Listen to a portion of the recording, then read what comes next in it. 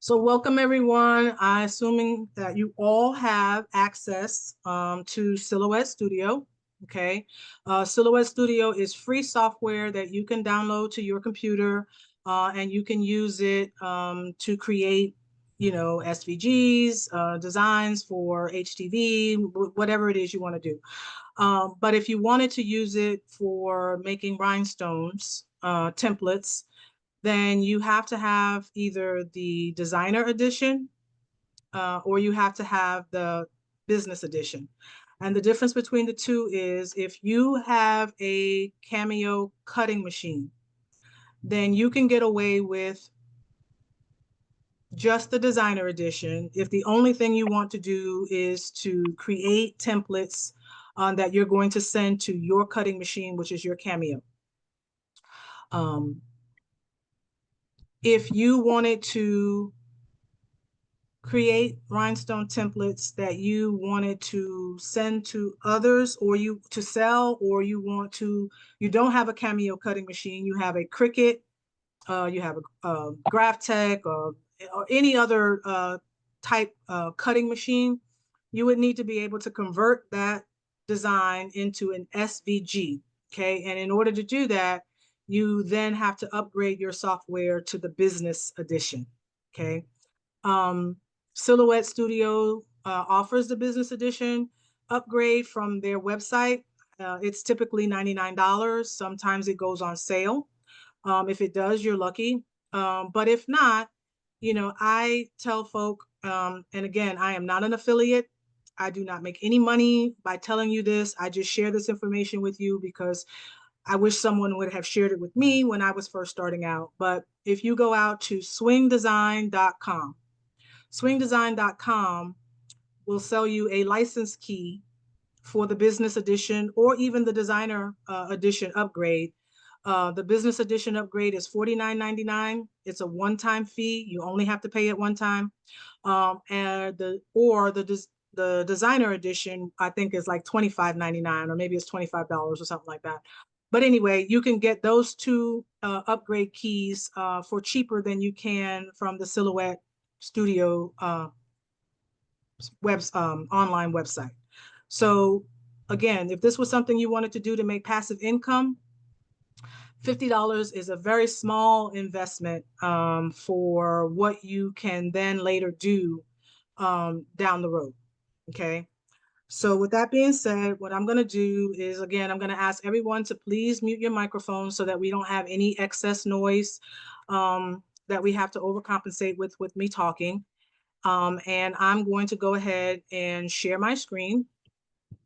And I'm going to bring up my Silhouette Studio.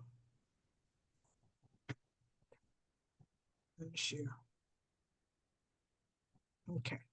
So can everybody see my screen? Just give me a little head nod and that'll let me, well, hold on. I can't, people are off camera, so I can't see.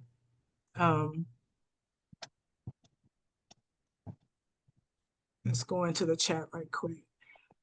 Thank you. Thank you so much for the birthday wishes. Yes, I had a wonderful birthday. Oh, it's amazing. God is so good.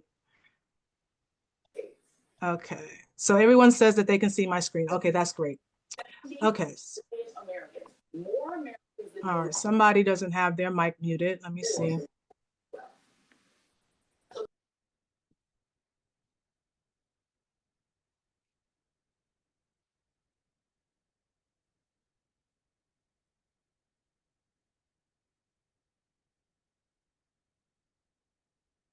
Okay, so I've muted everybody's mic, and then if you need to speak, we'll just have to do the raise your hand feature, or like I said, you can talk in the chat. Okay, so this is my design mat. I use, and so I'm going to, go out to my, I'm going to click file, and I'm going to go out to where I have my designs already kind of saved. So I'm going to open. And let's see here, I'm going to go to my work in progress, I think it is. And I labeled it Zoom 2024. Okay, so I have 4 designs. The first one is this, we're going to start with is this one called Be the Light. So I'm going to open that up. And I had already started doing some stuff. I'm going to cut that out. And I'm going to paste that over here. And I'll come back to it. Okay, so this is the design, okay? And as you can see, this is pretty much, I have a subscription to Creative Fabrica. It's one of the places where I tend to look for a lot of designs that I think would be suitable for turning into a rhinestone template. And what I do is I look for designs that have very simple lines, nice wide font, so that it's much easier in the conversion process to turn this into a rhinestone template. So I like this design. It kind of came to me after Kamala lost the election. And in her speech that she gave, one of the things she mentioned something about being the light. And I thought, it that resonated with me. And so I said, you know what, I want to make myself a shirt that says that. So this is one of the images that I found that I liked. And so the first thing I'm going to show you, so first of all, I know we have some beginners in the group that may not be familiar with their software. But what I'm going to say to you is that there are going to be a few panels that are going to be your best friends and the ones that you're going to use most frequently. Okay.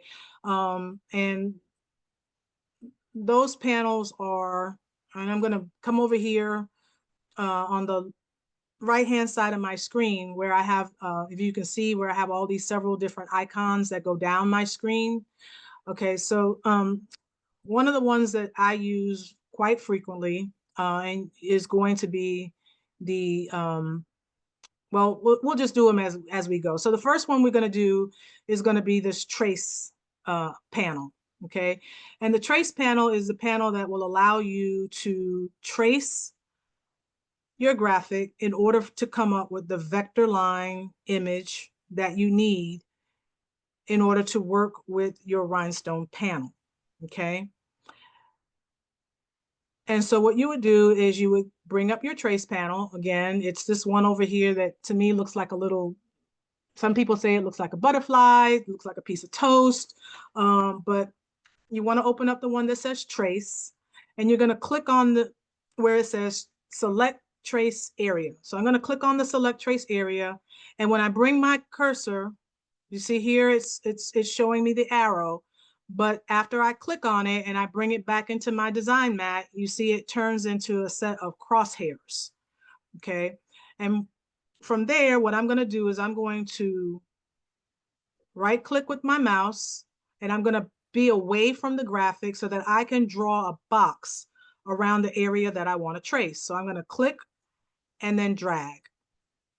Okay. I'm going to click and drag, and I'm going to make sure that I'm catching all of the image that I want to trace. And then I'm going to release my mouse, and the program does a pretty decent job of selecting. If you have a clean image, the system will do a very good job of tracing that image for you. You don't have to make many adjustments thereafter.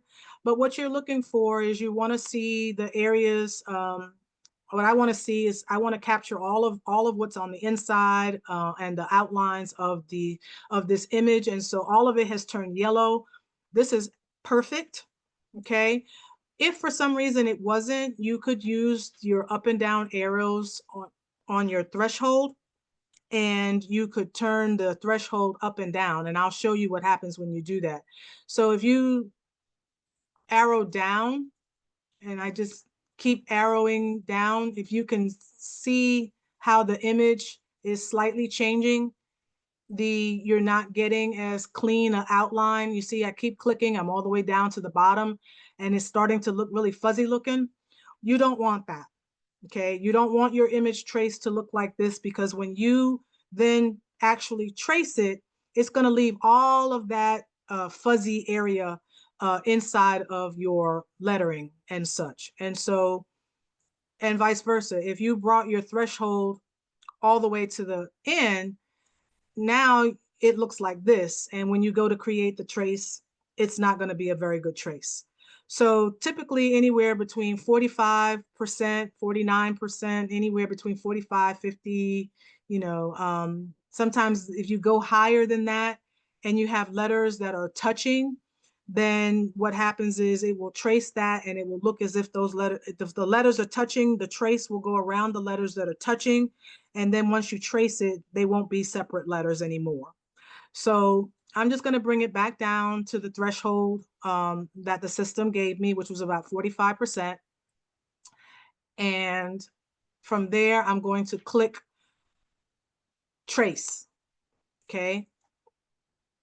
So then when you do that, all of the yellow highlight goes away. And if you take your mouse and click, you can drag your top image off, bring it over off of your mat, and you see what we're left with? We're left with the trace of the image. Okay. So I saw someone had their hand raised, so I'm going to go ahead and kind of see if I can get back to my, oh, wait a minute. Nope.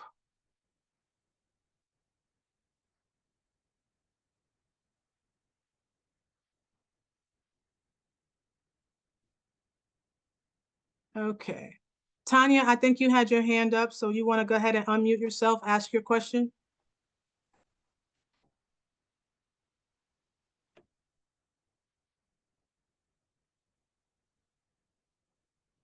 Tanya? Okay. It took me a minute to find it. No problem. I actually am part of Creative Fabrica, so I just downloaded it to my screen so I can be with you.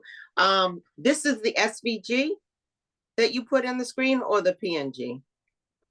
I don't know, because I probably just, for time's purposes sake, I probably just copied the image and, screenshotted it. I probably just took a screenshot of it real quick and then just saved it to my hard drive so that I, but you could, it does, you could do the, if you're going out to create a Fabrica, my suggestion would be to use the SVG image, because the SVG is already going to be a vector graphic for you to work with. Right. Rather than the PNG. You really only have to do the trace feature when you're working with a PNG or a JPEG. Okay. Okay. Okay. Thank you. All right. You're welcome. Mute myself back. All right. And then lower your hand if you don't mind, so I don't call on you again. Okay, let me just scroll through. I don't think anybody else had their hand raised. Okay. So with that, so now I have my vector graphic, right? And I'm going to go ahead and just size. Well, actually, I didn't have to do that. If I click on it, you can see it's still all one image, right? It's just one image. So I'm going to go ahead and I'm going to drag it out, and I drag from my corners so that I can keep the design in proportion so that everything zooms out together. Okay. So now here's this design. And right now, if you notice, if you look up here at the top where my cursor is, I see that the width of my design is 10.344 inches and the height is 8.858 inches. And that's a pretty good size design for a rhinestone template for a shirt size, anywhere from a small, all the way up pretty much to a 2XL. When you start talking about a shirt size that might be a 3XL or larger, this design probably would be too small. And so if you're doing this for business purposes and you want to be able to cater to your customer that wears the largest shirt size, you're going to want to create two images. You want to create this, you're going to want to copy this image in this format as it is now, so that you have a second design to work with that you would make larger. Okay, so I hope that makes sense. So basically, here's my image, okay? And the first thing I like to do, once I kind of size it up to what size I think I want my image to be, is I then come over here again to the right side of my screen. And if you don't have these icons on your, or you don't see them, you can always access them from the toolbar at the top of your screen. So here's your panels, and all of the panels that we're gonna work in, you can find here. Or again, like I said, sometimes they're over here on the right-hand side of the screen as little small icons. But what I want to do is I want to go to my rhinestone panel. And so I could access it from the toolbar, and I could click on rhinestones, which is right here. Okay. Or I come over here again and I click this icon that looks like a stone, a rhinestone, right over here where my cursor is. I hope everybody sees that. Okay. But for me, it's the 1, 2, 3, 4, the fifth icon from the bottom. But it's a round circle that has a square grid in it. So I'm going to click on that. And when I click on that, that's going to open up the rhinestone panel. Okay. There are two panels here. There's this one, and then there's the advanced panel. We're not going to talk about the advanced panel tonight. I very rarely work in the advanced panel. There are certain things that you can do in the advanced panel, but I have not yet learned, or I'm not yet proficient enough, I feel, to show anybody yet. So mostly everything that I do, matter of fact, 100% of what I do when I create a template is done in this first layer, this first panel right here. So I just go over it real quickly for those who are not aware. You have 4 different effects in the rhinestone panel. You have the no effect, which is the one that we're currently in right now. There's nothing turned on. Okay. The one next to this, this one is called the, let me see, what is this called? This is the edge. They call it the edge. Sometimes I may call it outline, because what it does is it puts an outline. It just outlines the lines, your vector lines of your graphic with stones. Okay. And what I'm going to do, because I'm going to go ahead and open up my page setups menu, my panel here real quickly. So this is that very first icon at the top of the screen. And oh, actually, it's already done. It's I like to turn the back of my mat black, which it already is. So I apologize for that. So that I can see my stones when I'm working in them. And so what I'll do next is I'm just going to go to the fill panel, and that's the one that looks like a little paint palette. And it's the one that allows you to fill in the colors of what you're working in. So right now I've turned on the edge fill for the rhinestone panel, and I'm going to go ahead and turn these stones colors white so that you can see them better against the black background. Okay. So as it stands right now, other than the bottom part of the graphic where we have the Matthew 5:14, this is a really, I mean, this was easy peasy, right? I mean, this is already a rhinestone template. We could leave it as is. We could save it, send it to our cutting machine, and stone it. Okay. But I don't like the bottom, and I hope that many of you would also agree that, what can we do about the Matthew 5:14? And so the way it is now, we can't work with it because it's all still the same one design graphic like it was in the excuse me, the PNG that we worked with, or the JPEG. So what I'm going to do is I'm going to go ahead and go back into my rhinestone panel. This is what I would do. I would go back into my rhinestone panel, and I'm going to go ahead and turn the effect off. So we're back to that original design. And what I'm going to do is I'm going to come in and I'm going to right click with my mouse, and I'm going to click this button that says release compound path. Okay. Now, when I release the compound path, it's going to release everything in the graphic. Okay. So you see what happens? I released it, and the holes that were in the B are now no longer there. All you can see is the red outline of where the circles were. And it did the same thing for the A and Matthew, and the same with the number 4, okay? But that's okay, okay? Don't be concerned by that. You can go back and we can fix all of that, right? It also probably made each of these its own individual letter, and it did. So now you can work with each one of these pieces of the graphic individually, okay? So let's say, for instance, I like the graphic, but I don't want the sun to be, you know, crystal color stones. I want to be different. I want to give my design some color. So now that you've separated it from the rest of the graphic, you could come back and click on just that portion of the design. You could go back to the rhinestone panel, which I still have open, and click on your edge fill. Okay, I'm going to click it on, and you could go open up the fill panel.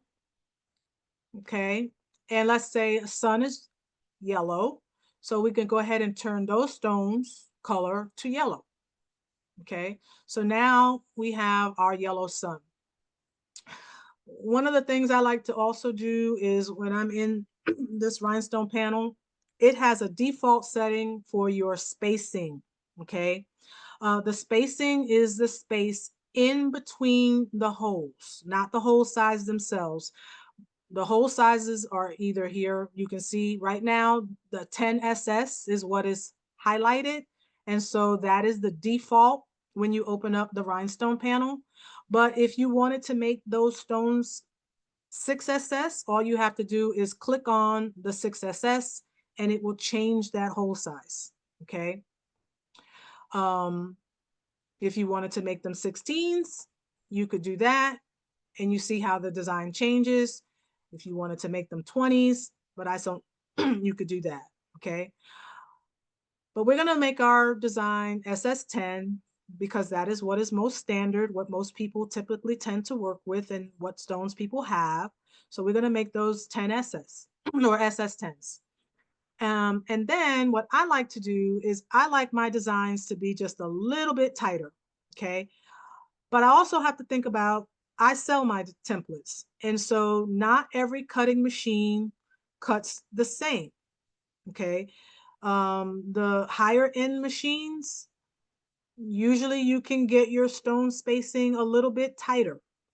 But when you're working with the Cricut or even sometimes a Cameo, you want your spacing to have enough space in between so that when the machine is cutting, it does not cut your flock, okay? Because if you cut your flock while you're cutting your design, you will have wasted, in some instances, depending on how close they are, you will have ruined your template, and flock is very expensive.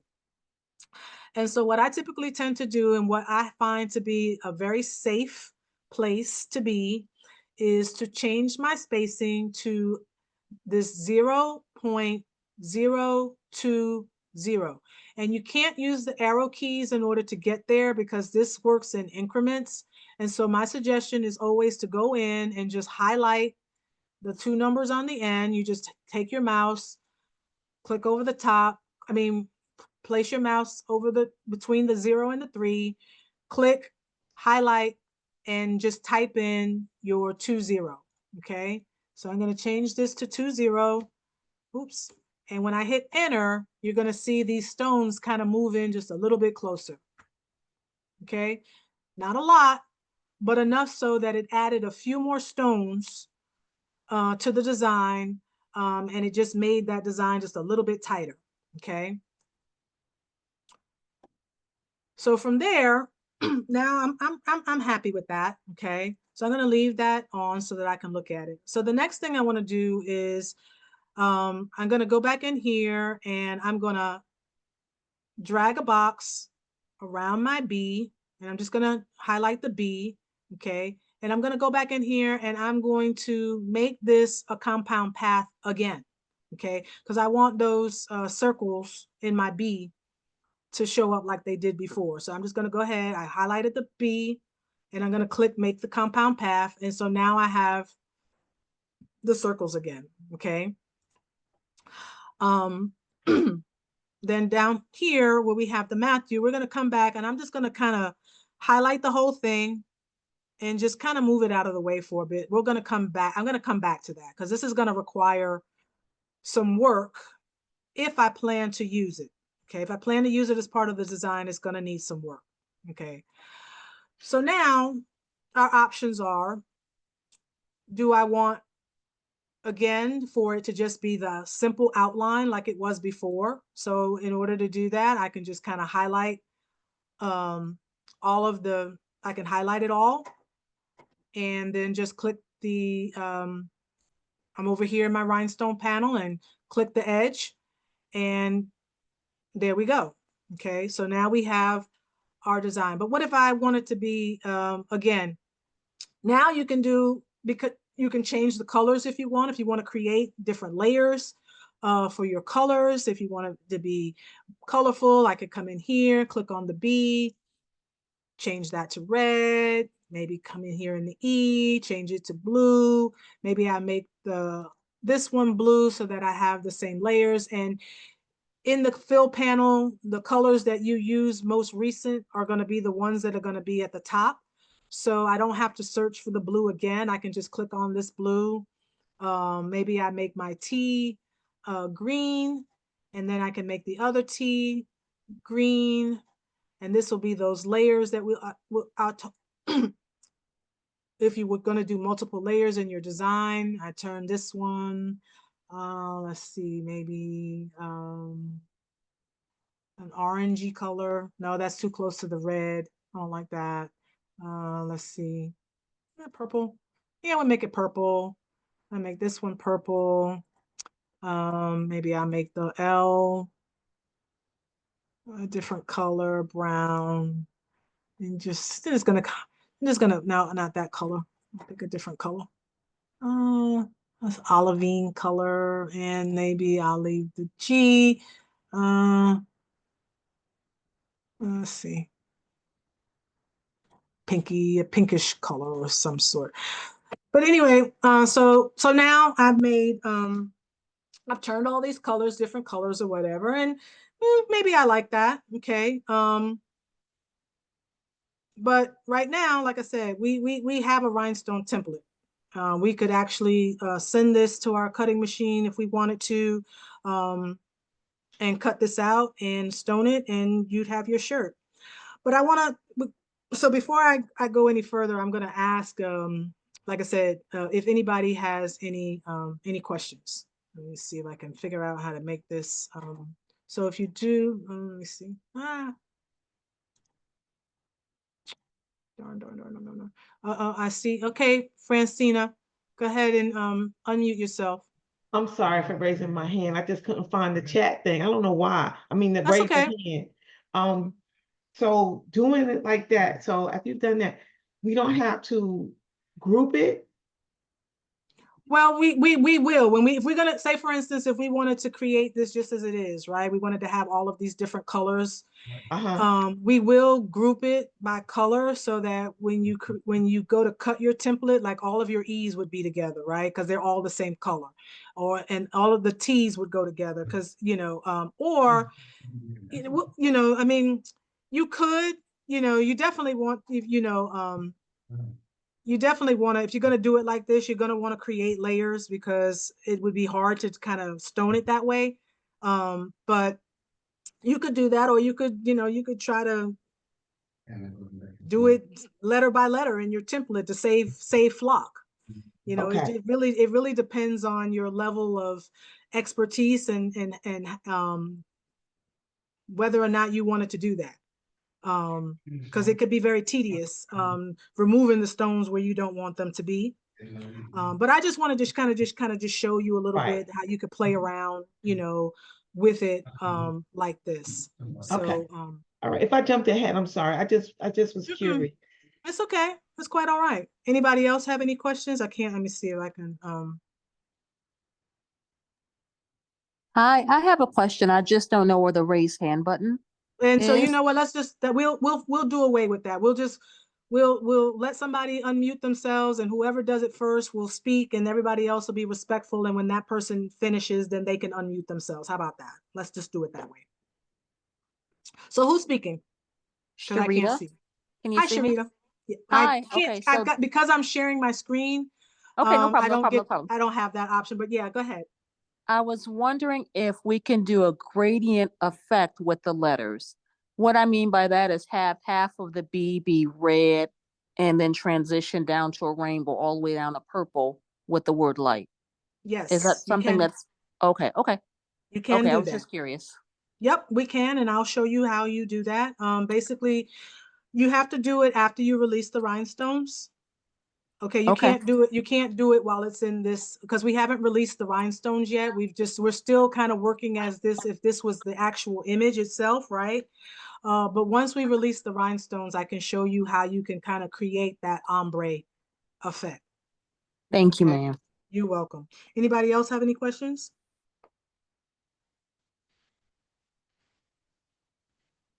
No? Okay. So with that being said, the next thing I want to do, okay, so let's say for instance, we're still going to work in this particular part of the graphic, right? And say, I like the outline, but maybe you're a rhinestone hog like me, right? And you just want to be blinging like everywhere. And so you want your letters to be filled in, right? Because right now they're not filled in. There are several ways that we can do this. If I go back here and I turn on the rhinestone panel again, okay, and I click on my B, okay. Remember, we have two more effects with our rhinestones. So this one is just the edge, right? Just puts the stones on the edge or the outline of the what you're working on. The other effect that we have in the rhinestone panel is called the linear fill. And the linear fill is the one that kind of gives you those straight up and down lines with your stone. Okay, so I could turn on the linear fill, and as you can see, it turned the B and filled it all in with the lines going straight across. Okay, and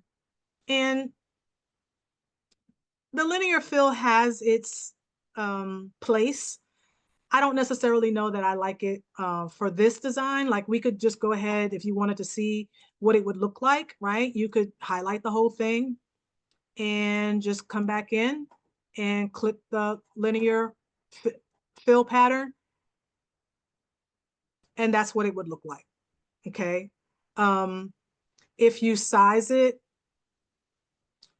the stones will shift and change in proportion to what the size of the design is. And so sometimes if you're using this fill pattern, you have to do that because, you know, rather than to manipulate or manually have to go in and place stones, maybe you say, okay, I like that, but that line, you know, I'm going to make it a little bit larger so that I can see if I can get some more stones to fill in across and such. But this one, because our original design had curves in it, it's never going to be able to give you that full curve all throughout the design. Okay, you can see where it did curve it here in the G, and you have a curve here in the L, but in other places, it's just going to give you that linear effect, because the linear means line. And so it's going to kind of try to make everything like a line. But that's not horrible, right? That's not horrible. And if you like that effect, you could do this, okay? The other third effect that we have in with the rhinestone panel is what's called the radial fill, okay? And the radial fill is the one that you would use most often if you were working with a design that had curves in it, okay? So I'm gonna click on it and show you what that effect looks like, okay? So now what's happened is it's gone in and it's kind of gone around it gives you that outline, and then it tries to fill in everything else in that circular kind of way. And so you have this option, and you may like this, okay? At as it stands, or you could come in and you could say, you know, maybe you want to change because you're you've released the compound path, and this piece of the sun is its own separate piece. You could come in here and you say, well, let me see what this looks like if I use the hatch fill. You know, maybe you like the fact that the sun's rays are, you know, they look like this. Maybe this fill works for you. You could do that. You can go back to the radial. Sometimes the radial fill and the outline fill will look very similar. There won't be very much changes in it. But as you can see, this one with the radial fill kind of gave us a few extra rhinestones in this circular part of the sun. And if I just do the edge fill, it kind of just puts those stones again on the edge of the lines. Okay. So if this worked for you, you would be done. Okay. But there's other stuff that we can do with this design. Let's say, for instance, okay, I want to be fancy and I want to create an outline around each of my letters, but I still want my letters to be filled in with color. Okay. And so there's two different ways that you can do this. Okay. One way would be, and this way is a little tedious. Okay. But it might, you could come in here and you could click on the B. Okay. And you could come here and you could then release the rhinestones. And I'm just going to release the rhinestones for the letter B. Okay. So if you notice, once I click that release the rhinestone, it made each one of those circles its own individual circle. So now each one of those circles can be manipulated. Okay. So if I click anywhere on my mat, now when I click on, you see how now I can click on this and I can move that stone out of the way. I can move that stone out of the way. So now, but this one is still all one thing. So I'm going to go back. I'm going to use my back arrow key, which is is one of your best friends. I'm going to go back so that I can put my E back in place. And I'm going to go back and I'm going to put my two stones back in place, right? But like I said, I wanted to create a separate layer of an outline of a different color around the edge of my stones. And like I said, the most tedious way to do it would be you could release the rhinestones and you could come in and you could each one of these into its own separate color, right? So I go in here, I can make that white. Right? You see how it turned that stone white? And I could do that around every single one of these letters. I could hold down, I could click on this stone that's in the outline on the edge, excuse me, on the edge of the B, hold down my shift key, okay? And then just with my mouse now pointing to that stone, I could click on it and I could just keep doing that. You can't see them, but you can just keep kind of clicking in that little area and just keep going. And then come back over here and click the that fill panel, and that'll turn those stones white. Okay. So if you did that for every letter, then you would have your outline that went around each of your stones. But that's a tedious way to do it for this particular design. So I'm going to go back and I'm going to make them all red. And I'm actually going to go all the way back to before I release the compound path. I mean, before I release the stones. Okay. I'm going to go back to where it's all one. See, now it's back to being just this, where the stones haven't been released. Okay. Now, I'm going to go back and I'm going to highlight the whole design. I'm going to highlight this portion of the design again. And I'm going to turn my rhinestone effect off. Okay. Because I want to see the design. Okay. And what you're going to do, excuse me, is you're going to create, what's called an offset. Okay. And an offset is this panel here that looks like a star, a double star. Okay. So you have the inside piece and then you have that outside star surrounding it. Okay. So I'm going to click on that panel. And as you can see, it comes up and it says offset. And you have two different offsets. We're going to talk about the first one, which is just the offset. and then I'll come back and I'll show you the internal offset. But I'm going to click on offset. I'm going to click on my B, okay, because I have to click on the B.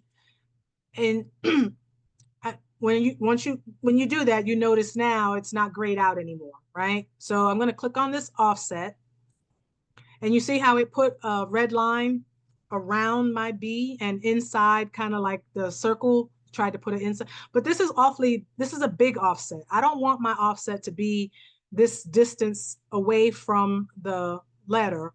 This says 2.50. I don't want that. That's too big. What I do is I make my distance, when I want to do an outline around my letter, I make my distance 0.130.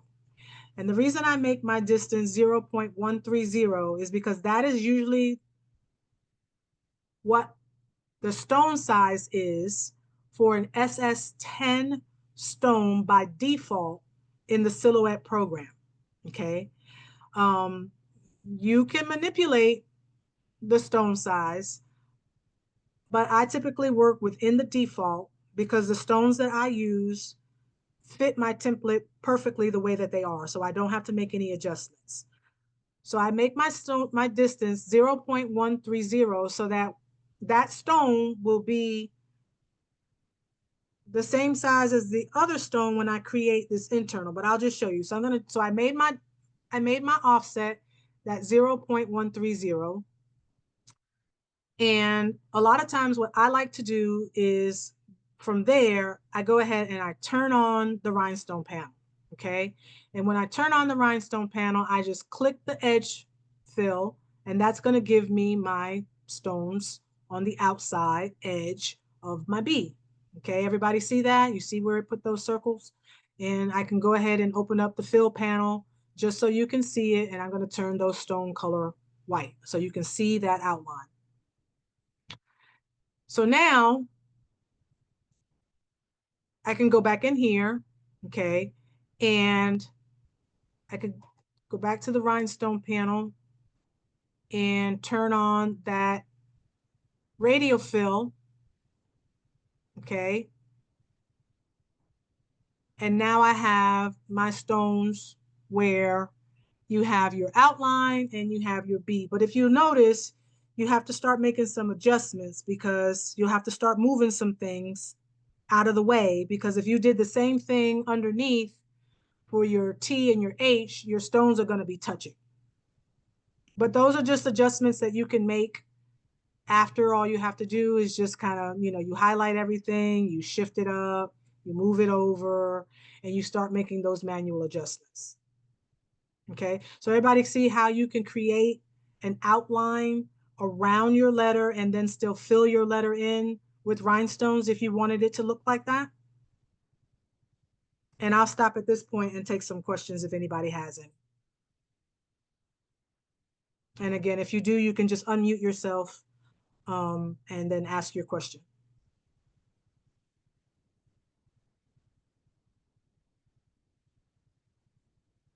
No? Okay, so the other way there's another way you can do this as well. So you could, I'm gonna come back and I'm gonna just go back again. Go back, okay. Now, some people who are probably in the more intermediate or advanced level are probably saying, no, Tanya, no, that's not the way you do it, right? Because technically what's going to happen is you're going to have your stones are going to be touching. And sometimes that's the case. And so what you can do is you can make your offset a slightly larger, maybe go out to 0.135. Okay, that'll give you a little bit more space between this inside piece. Or you can come in here on this inside piece, you click on it, you go to your offset panel again, okay? And what you would do is you would make an internal offset, okay? And what that would do is that would make an internal offset of this letter B. And it's gonna be hard to see it on the red. So I'm gonna go ahead and turn this B into another color, maybe yellow. So you'll see the red lines when it shows up, maybe. So I'm going to do that. I'm going to go back to my offset, click internal offset, And now you see where it put the red line on the inside part of the B, okay? But that, if I did this, right, and I turned on the rhinestone panel and I turned on the effect for that, let's just turn the radio on, and I moved the yellow part out of the way so you could see it. And I'm gonna turn these stones to a color so you could see them, okay? That's not bad. If you wanted to have an effect where your stones had a little bit of space in between them, but if you wanted your stones to be right up against or right next to your outline that you created, you're gonna have to make that internal offset bigger. Okay, does that make sense? Anybody have any questions? Want me to explain that? Or I'll show you what I mean, but if you don't understand, I'm happy to explain. Otherwise, I'll just go back in and show you. Okay, so I'm gonna turn this, I'm gonna go Tanya, back. can you do that again, please? I kind of got lost on that one. So Okay, the B part, yes. okay, so what I did was I want to make this B, right? And so I want to create an internal offset. So here's the internal offset panel, the one with the double star, okay? And I'm going to click on my B is selected, just the yellow part of my B is selected, and I'm going to click internal offset, okay? And when you're working in your panels, you know, it always remembers the thing that you did last. So as you see, the distance for my internal offset is at a distance of 0.130 because that's what I used when I created the first offset, was a distance of 0.130. But this distance from my outer stones is too far away, okay? Because I want my stones to be up here where the B actually starts. So in order to get it there, what you have to do is you have to decrease your distance, okay? And if you notice, as I'm decreasing the distance, you see how the red line is getting closer and closer to the edge of the yellow, okay? So right now I'm at a distance of 0.060.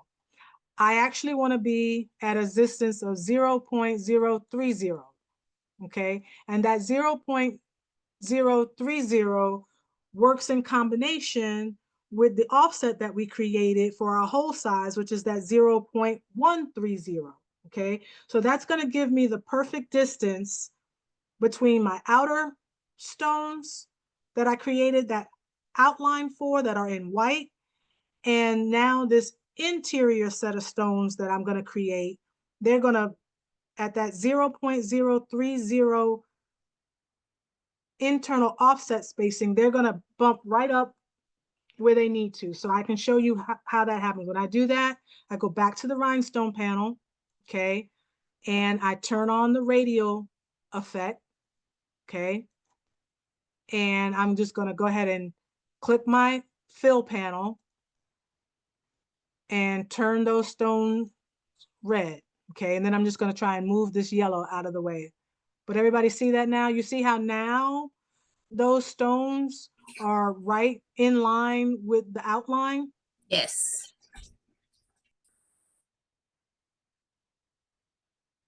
Okay, everybody get that? If you didn't, I'm happy to go over it again. I mean, that's part of why I'm showing you exactly the steps that you would do, and I'm happy to take my time in doing it. Okay, Jack. I don't know if that's Jacqueline or Mary who's got their thumbs up there. Okay, so this would be the same. So you would do this if you wanted to, if you like this effect and this is how you want your template to be, you would just do the same thing for the E. So, but I'm going to show you what's going to happen when we do the E. Okay, when we do the E, if I go in here and I click on and I create this offset. Now remember, I told you the last offset that I did was 0.030. So it remembered that 0.0, it remembered that distance, but that distance is too close. You probably can't see it, but there's a little red line that's going around the E. and it's going to be too close. Okay, so I'm just going to go in here again. I'm just going to highlight that, and I'm going to change that to 130 and hit enter. Okay, and then when I come back here to the rhinestone panel and I turn on that edge effect, and then I turn those stones to white so you can see them, you see what happened? Now my stones are overlapping. Okay, so we can't have overlapping stones when we go to cut our template. So we're just going to have to make some adjustments. If we want to keep everything the size that it is, all you have to do is just take your mouse and edge and just draw a box so that you kind of grab your B outline and the inside, which I think I have, and you're just gonna, you can just move it over. Okay, probably go ahead. I would go ahead and move it up because I probably would do the same thing for my T and for the and the light, and I want to be sure to have enough space in there. So you just kind of do it like that. You can come in here, do the same thing. You can go ahead and move the E at that point. You can go ahead and move it up. We can move it over. We don't want our outline, our stones touching, but they can be close. They can be a little close, so that when you go to cut that template and you create that outline as a layer, okay, then as long as they're not touching right in here, you should be fine. Okay, does that make sense to everybody? See that? It makes sense? Okay, so now let's see. The other thing you could do it that way, right? You could do it all individually, or I'm gonna just go back, and it's gonna take me a minute because we did a lot of manipulation here, a lot of moving of stuff. But again, like I said, the back arrow is always going to be your best friend. It will take you back. As long as you haven't saved anything, you can use your back arrow to go back as far as you need to in your design. If you've made a mistake or you want to make a edit of some sort, you can do that. So I'm just going to go all the way back to, oops, I clicked too far. Sorry.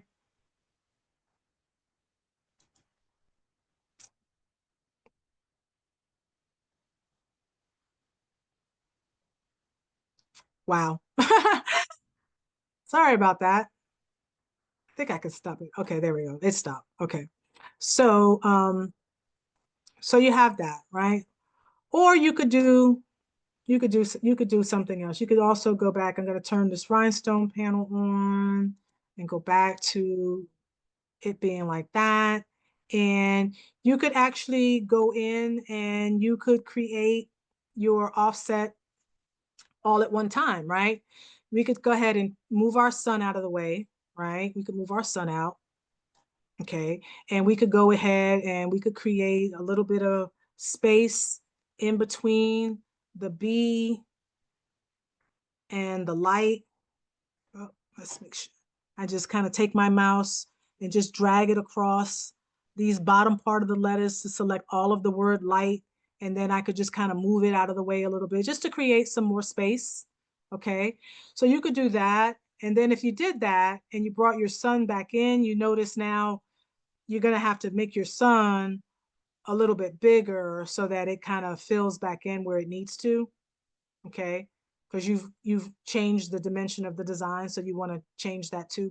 But anyway, you could come in here and you could then highlight the whole thing, right? If you wanted to do that, and you could create that offset if you want it all at one time. Okay, so you don't necessarily have to do it individually.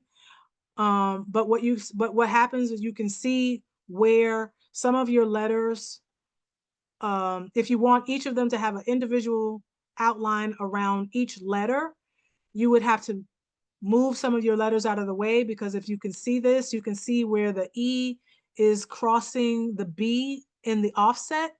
And if you left it like this, what would happen is when you go to create the rhinestone edge fill, what'll happen is you see how you don't get the stones around each individual letter, and you also have some letters where the stones kind of overlapped a little bit. And so that would not make for a good template. You'd have to make some adjustments.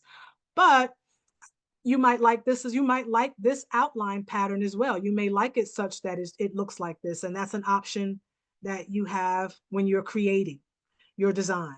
Okay. You play around with your spacing, you turn the feature on, you see what it looks like. If you like it, you leave it. If you don't, you make some adjustments until you like what you see. Okay. But that's one way that you can go ahead. Like I said, you can create your offset all at one time so that you don't have to do it individually the way we did it a minute ago. And you can do the same thing with the internal offset.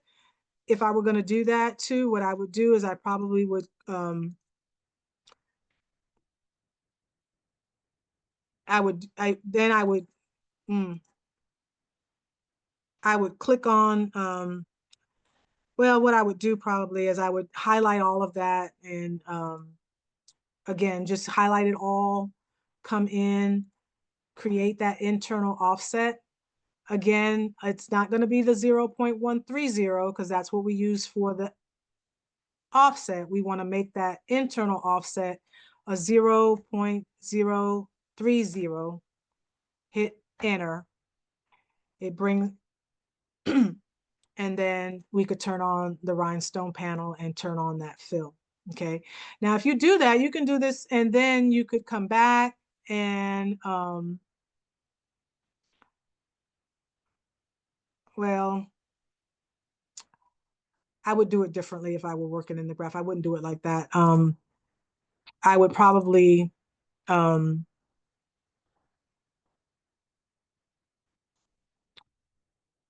what I probably would do is I would come in here and I would group all of this together. Okay, so that it was all one thing. And then I would click on this. I would click on the graphic and I would make my offset. If I were gonna, I'm not gonna make any spaces. This is what I would just showing you the steps that I would do. I would go in here and I would create that offset. I would make that spacing, my 130, hit enter. I turn my rhinestone panel on so I could see my stones, turn on the edge fill, and then turn those stones so I could see the color. And then making sure that I'm not working with the offset, right? Which, wait a minute, before you do that, sometimes what you want to do is when that happens, because it's broken up, if you don't group it all together, then it's going to be one individual piece. So a lot of times what I like to do is when it's all grouped like that, so as you can see that it's all one piece, just go ahead and you can do one of two things. You can either right click with your mouse and click group, okay? Or you could come up here to the object at the toolbar and click group. And then when you do that, it'll make that offset now all one piece. You see how it's all one piece? If I didn't do that, they would be separate pieces of where the offset didn't connect. So I'm just going to put it back. I'm just going to hit the back arrow. And then if I wanted to do the internal offset, what I would make sure to do is make sure that I was clicking on the inside piece of the design. And sometimes I'll move it just to make sure I've grabbed the right piece. And then I'll use my back arrow to make sure I put it back in the right spot. And then I could come back over here to the offset panel and create that internal offset. Okay. Make sure to change that spacing back to the 0.030, hit enter, turn on the rhinestone panel, turn on my radial fill so I can see the stones, turn them into a color just so that I can see them. And then I could grab that part of the design that was the colored pieces behind it so I could see it. Everybody see that? Okay. Now, let's say you say you like this, okay? If I don't want it to look like that, I want my letters to be a different colors like we had it before.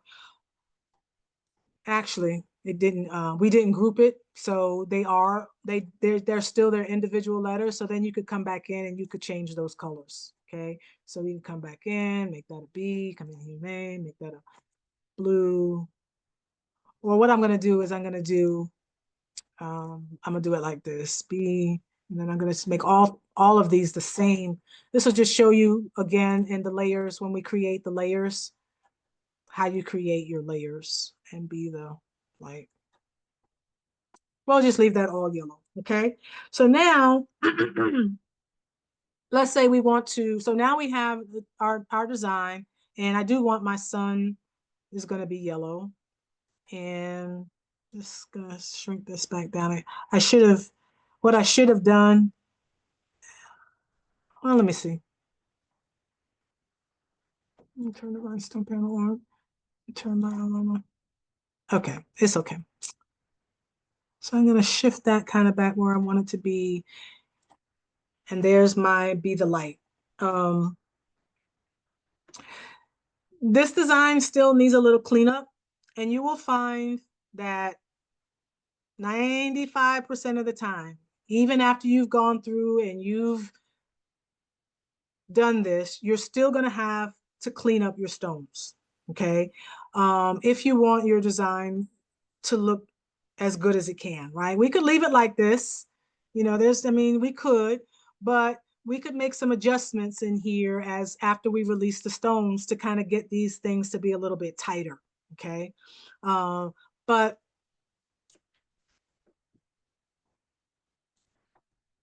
before we did that, I'm going to show you how you can create so right now what we have is we have the outline layer, okay, where we have these white stones, okay, and then we have this B, which is red, the which is blue, and the light, which is yellow.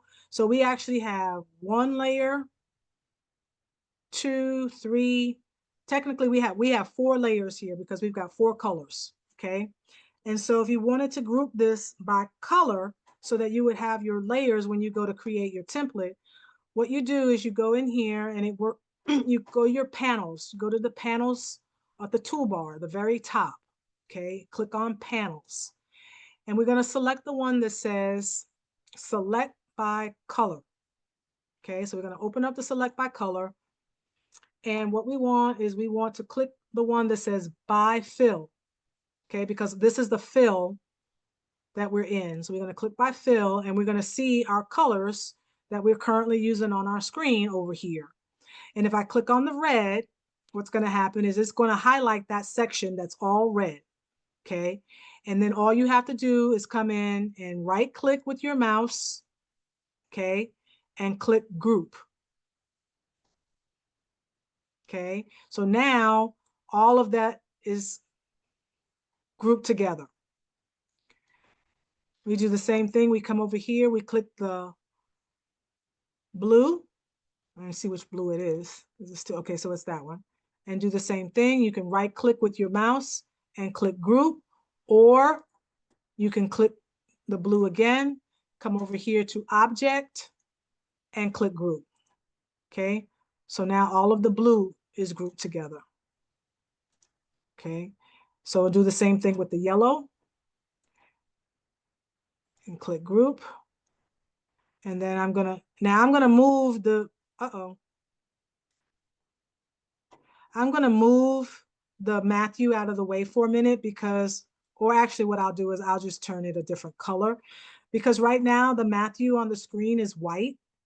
And if I clicked it now, what would happen? I'll show you. If I click on the white layer, the fill, it's going to select this outline here that's white, plus it selected the Matthew. And I'm not ready to work with the Matthew just yet. Okay, so I'm just going to go in here and let's just turn this Matthew. Let's just fill it in with a different color. Not that one. I'll fill it in with a purple. Okay, so that when I go back to my fill panel, excuse me, when I go back to my select by color panel and I click on the yellow, the only thing it selects is the yellow. Okay, and I'm just going to go ahead and group that together. Is the yellow already? Oh, it's already grouped together. I'm sorry, I meant to group together the white. and group. Now, why does that say ungroup? Did we already? Okay, what color did we not do? Did I do all the colors already? I must have. Okay, so the B is done, okay, so they're all done. So now this is all grouped by color, right? If we weren't doing the Matthew piece, let's just move it out of the way for a minute. These would be our layers that we would create for our rhinestone. See, we have 1, 2, 3, 4 pieces that we would cut that would be our template to create our rhinestone pattern. Okay, but that's how you do that. That's how you get all of your colors. Let's see something on my screen. There's something right. Is that something right there? I don't know. Okay, anyway, but that's how you create your layers. Okay, I'm gonna put all of that back. Okay, so now, anybody have any questions?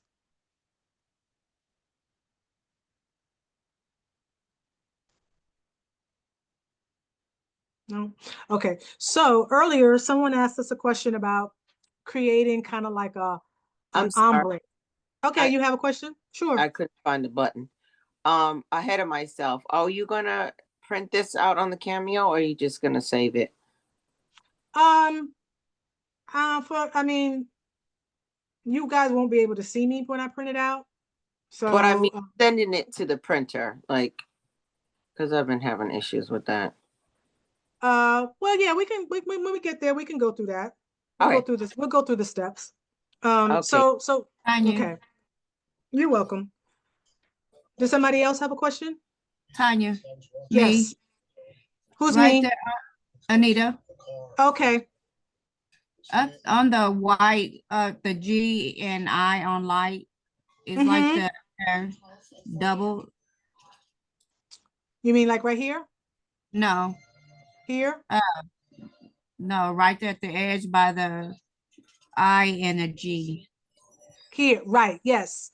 The stones are overlapping. You're right. Like I say, I was just going through the steps, but I mentioned, Okay. I did say, those stones are overlapping. So yes, you would have to go in and make some adjustments. You'd have to move some of, have to move your L and your I a little further over so that when you created that offset, those stones wouldn't be touching. Okay. Now the other thing you could do, Anita, right? And I can show you this is, let's say for instance, you like the offset the way that it is, right? They don't have to be around each individual letter. You kind of like this, right? What you could do is, let's go back to, let's click on our outline. Okay, so we're in our outline, the white part. And I go back here to the rhinestone panel. Okay. And I say, okay, I'm ready to work with my stones. And I'm going to work with the outline first. Okay. I could go ahead and click release the rhinestones, right? And I'm just going to work with this outline part. I'm not going to release all of them at one time, so that I can work in sections. So I'm going to release these stones. And depending on how large your design is, it may take Silhouette, a few minutes to release the stones. But right now you can see they're all released because there's a little box around every single little one of these stones, right? So now, once I release them, what you could do, the ones here that are overlapping, right, in the G and the I, you could just move them out of the way. Like you could just take this one off, you can move that one out of the way, and you can move this one out of the way, and move that one out of the way. And then there's one more over here, and you could just do that, Okay.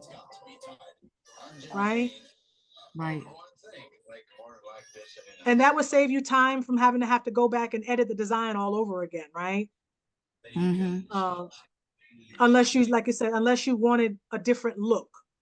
But if you wanted this look and you just had those few little overlapping stones, that probably would be the route that I would go. I would just release the rhinestones and just move the ones out of the way that didn't need to be there. Okay.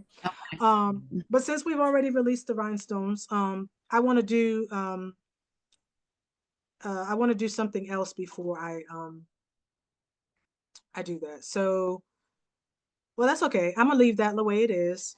And I'm gonna go back here and I'm gonna go back to my panels where I select by color, right? Because now I've released these rhinestones. So if I start making a whole bunch of, start doing a bunch of stuff and moving these stones out of the way or out of place, it's gonna be a hot mess. So I'm gonna go back over here to the select by color and click on the white again, right? So that it selects all of those white stones. And I'm going to do the same thing. I'm just going to select the white. I'm going to right click and group them. But now, excuse me, since I've released the rhinestones, right? I'm going to also make that a compound path. Okay. So once I do that, it may change the stone color back to this native whatever color. That's no problem. All you have to do is just go back to your fill panel. If you want to see them in white, is just turn them back white again. Okay. But now those stones are all grouped together. Now that's my layer, right? And I'm pretty much done with that. I'm done with that and I can move it out of the way. Okay. So now the next thing is someone said, well, how do we do the ombre look, right? How do we turn the stones so that part of the top letter is one color and the bottom half of the stones are a different color? And the way that you can do that is we'll start with our B and our E. Okay, so the B and the E, because right now they're grouped together because we grouped them together by color just a little while ago, right? For simplicity's sake, I'm just going to work with this the way that it is. But if you wanted to individually do something, you could. All you have to do is just ungroup those letters and work with them individually. But I'm going to work them as the group just to show you the steps. So what we do is we would come over here and we would click on the rhinestone panel, okay? And we're gonna go ahead and we're gonna, if we're happy with this fill pattern, we're gonna go ahead and release the rhinestones, okay? So now that made each one of those an individual circle by themselves, okay? Now, what you can do is take your mouse, right? And put it in an area away from what you're trying to work on so that you can kind of click and drag, right? Click and drag. And what you want to do is you want to figure out where you want that to be. So we're just going to say we want half of that part of the B and the E to be the that color. So I'm going to drag a box out. And if you could see, it's kind of hard to see it, but you can see where when I drag my box, it puts a little box around each one of those circles. Okay. So I just drag my box out and then I can release my mouse. I can come over here to the fill panel and turn those into another color. So I'm going to go ahead and I'm going to turn those into this like green color. Okay. Everybody see that?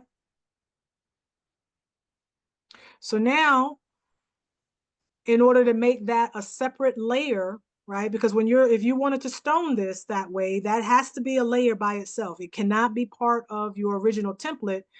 Otherwise, like I said, when you go to brush your stones in, your stones are going to be all over the place. You're going to be kind of picking out stones and so forth and so on.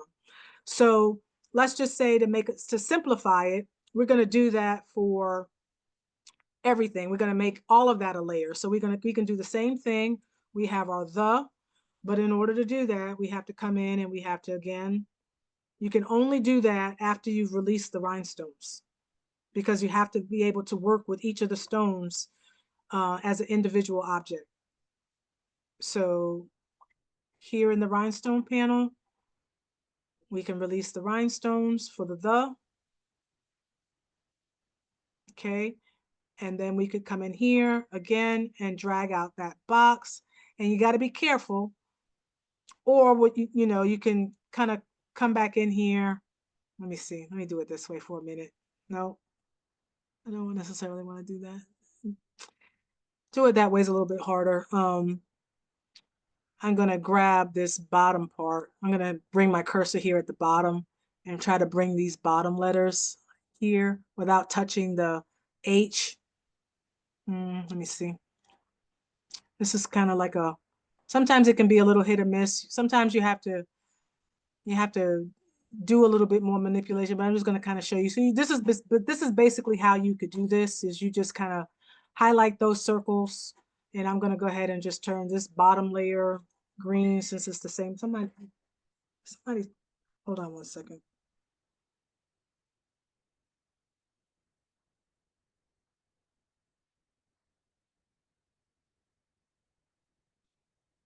Okay, I just wanted, somebody is messaging me, but I'll come back to that. But so you could do this, and let's just say right now we're just gonna leave it like that, right? We're gonna leave it such that that ombre is kind of a little bit of blue and a little bit of green, and then a little bit of blue here. You know, I'm gonna do the same thing. I'm gonna go ahead and release the stones for the yellow, just so you can see. I'm gonna release those rhinestones there. Give that a minute. Okay, so it's released, and then I'm gonna come up in here and do that same thing, and then kind of create, let's do a little bit of that same thing and turn those green. Okay, so now that's how you can create an ombre pattern of different color stones. If you wanted to be even more, if you wanted to come in and you wanted to, like these are now their own individual stone, and you wanted to come in here and just select the color, you could do this, right? And wherever you change that color, what you're going to want to do after you do that, hold on a second. Like I said, this is part of that tedious work in creating your design, but it's something that you can do to set your design apart from somebody else's design, or just to be creative with your design. But we could do something like that, right? And then what you do is you go back the same way we grouped the colors before, right? When we went to our panels and we say select by color. Okay, so now we have our extra colors that we've added. So now I want to select all of the green. Okay, you see how it selected all of the dots that were green. We come in, we just group them all together. Give it a minute. And if we were done with the design and we didn't need to make any more edits to it, we could go ahead and make it a compound path. Come back to our fill panel. Like I said, don't be concerned that the color changed. Just go back to your fill panel while it's still highlighted and click on the green. And now that you see how, see, y'all see? Let me see if I can move that out of the way a little bit.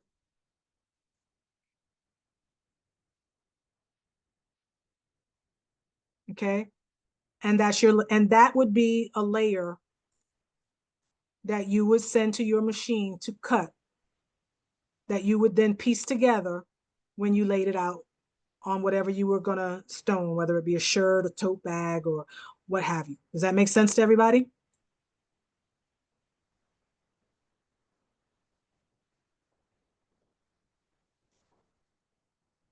Okay, and the same thing. So now that you, I'm gonna go ahead and I'm gonna, like I said, you can just bring it back, but I probably would go, I just do the undo for a minute so that it goes back where I want it to go.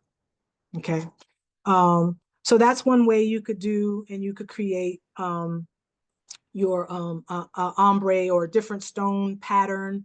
If you wanted to create, like I said, again, you could just, if you don't want to do ombre and you just want to turn some of the stones a different color inside of the lettering, that would be the way you do it. You have to click on each of those individual stones. You turn them to whatever color you want them to be. Then you go into your panel, select by color, group them all together. You make them a compound path. And then that will create that layer for your template. Okay. But if this were me and I was working on this graphic, right, I'd be like, I think I want my stones to be a little bit tighter because, you know, that's just, you know, a little bit too much spacing in there for me. So what I would do is I would go ahead and I would blow up my design a little bit so that I could get a real close look up of it. Okay. And I would start looking at them. I mean, we've already released the rhinestones. So I would come in here and I'm looking at this, and you might look at it as well. And you say, ooh, um, this stone, this hole right here, and this hole right here, you see how there isn't very much space in between? So if you sent that to your cutter, it's a possibility that your template might rip.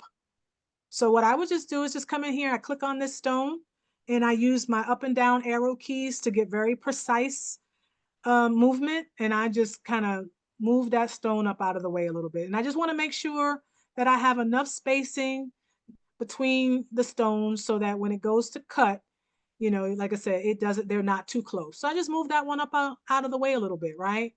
But then I'm looking at this space. I said, there's a lot of space in between here. I think I could fit another stone in there. And so you could, I've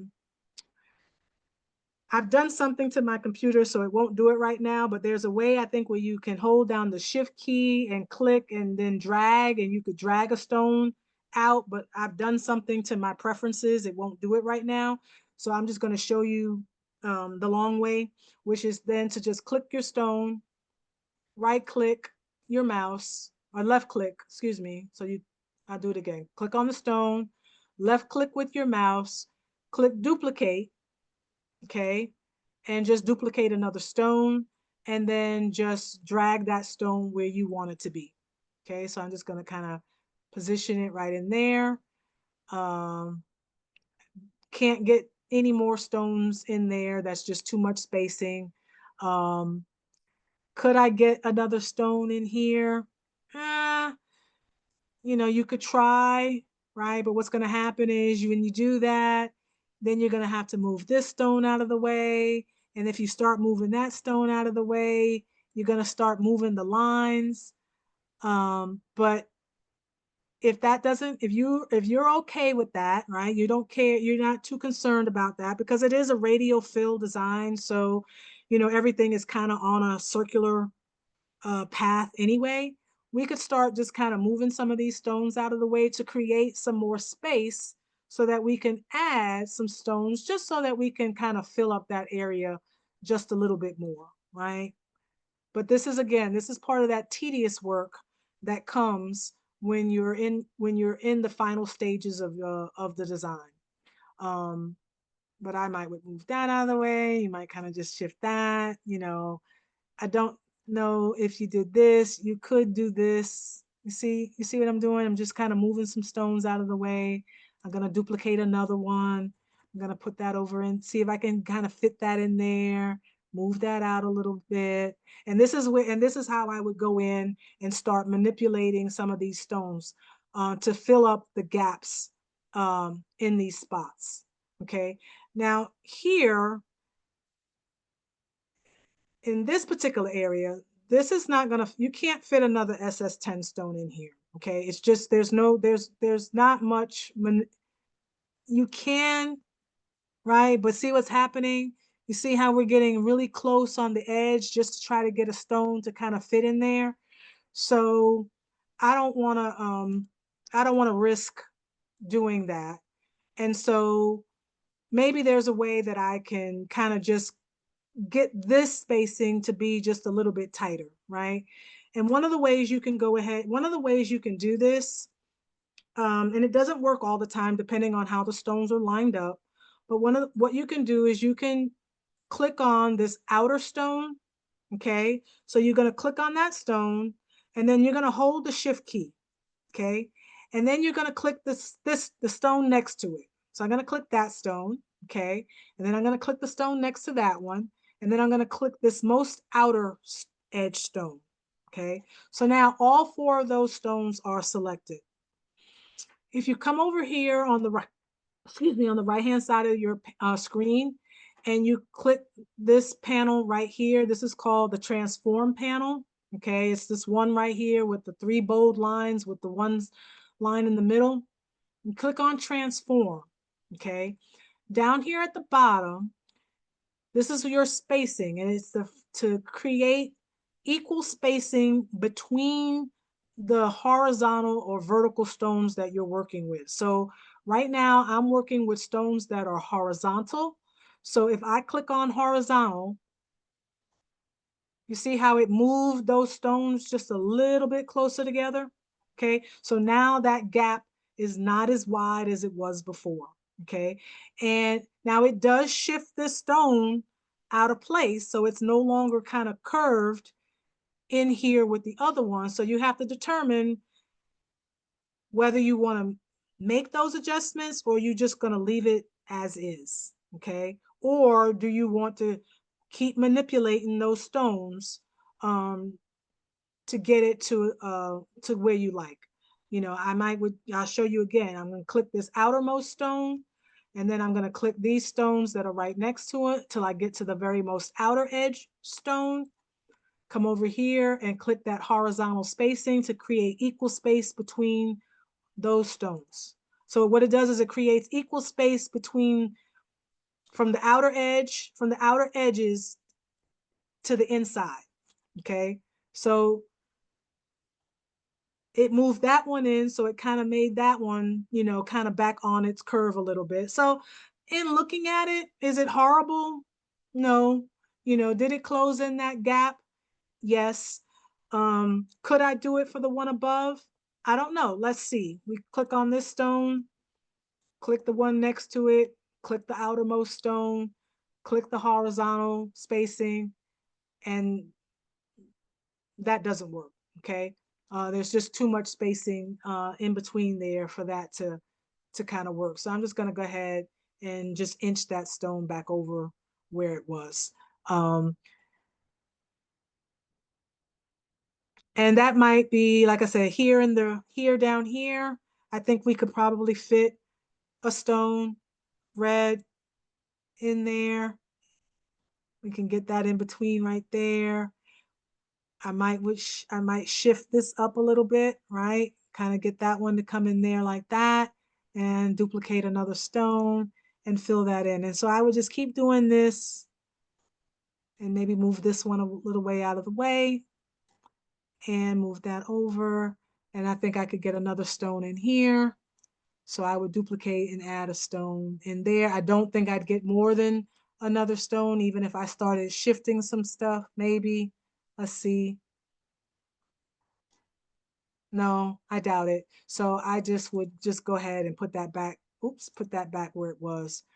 And then I would just kind of go through the design, and you know, like I said, until I was happy with the placement of all of those stones. And once I was satisfied with it, then I would leave it alone.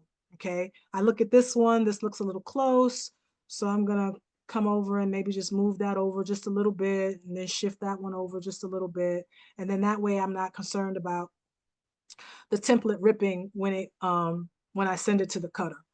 And then I would just go in and I would do that for all my letters. Okay. You would just do that for anywhere you wanted to fill in some space. Okay. This one has a little bit more. So I might just, like I said, I'm not going to show you, we're not going to go through the whole thing. I'm just going to give you show you how you can go in and you make those, how you go in and you fill in those spaces with stones. Okay. The other way that you can add a stone without after you've released your rhinestones is you can go back to the panel, and right here underneath where it says draw rhinestones, you see this option that says freehand. If you click on freehand, and now you see where I have crosshairs on my screen, if you click just one time with your mouse, you'll get one stone. Okay, so it gave me one stone. If you knew you were going to work on the design and you wanted to have multiple stones on your screen to work with, all you have to do, I'm going to move this out of the way. You go back to the freehand. Okay, you click on it. It turns to the crosshairs. You click your mouse. So click and drag. right? That'll drag out a bunch of little stones for you. And then all you do is you go in here and you click release rhinestones, and now they're all their individual stones. So this way, if I knew I was going to be doing a lot of cleanup, I could come in here and I'd already have some stones on the screen that I could use to start filling in some spaces. That makes sense, everybody? Anybody have any questions? Go ahead. Hi, Tanya. Hey, who's this? This is Diane. Hey, Diane. I know this is like you pick this design from Creative Fabrica. So what about like if you want to do your own writing?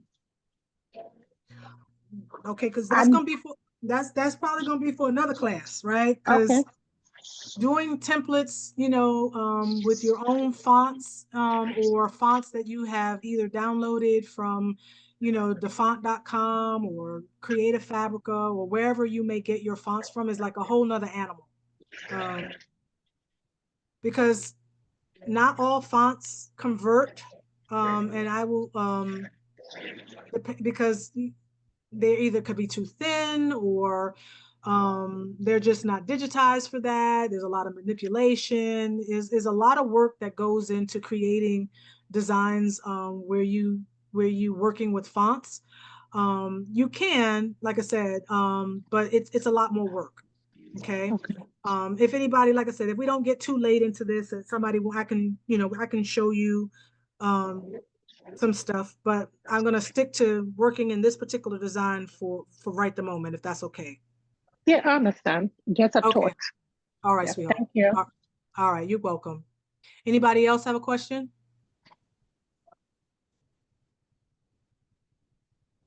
All right, so I'm going to go ahead and zoom out of this design. I'm going to zoom back out so I can see. All right.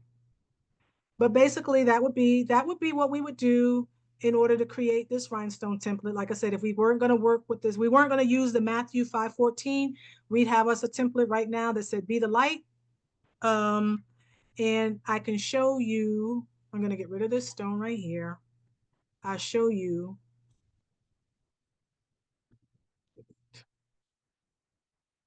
what I would do to create a template, okay, that I would send to my machine to cut. I'm just gonna copy this right for the moment, and I'm just gonna take it off to a new design window so that I'm not working with all of that other stuff. And hopefully my system's not gonna crash, because I'm, I'm gonna turn that background back black again just to make it easy for you to see it. Okay, so here's our rhinestone template that we just worked on that we want to make, right? So I'm gonna go back in, and I'm just anal this way. I don't like to see the red outlines around my little stone colors. So what I like to do is just come in here, and I'm gonna go out to this one that's called the line panel. Okay, and it's one of the ones I use frequently, like I said, because I don't like to see the red outline. But you click on the line panel, and you want to click on this second one. And when you click on this second one, you're going to look for the little triangle here, and you're going to click on that, and that's going to kind of turn off. Well, I forgot that I'm in the darn, should have did it earlier. Okay, so now our little red outline is turned off of all the stones, and it kind of just gives you, you can just kind of see it better as well. So I'm going to create those layers again, because they're right now everything is its own individual stone. So again, remember, we went to our panel, and we're going to do select by color, and we're just going to select by fill.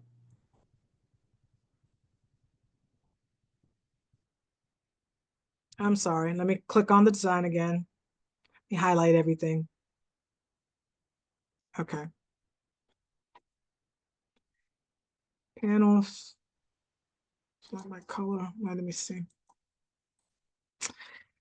I think my computer is crashing.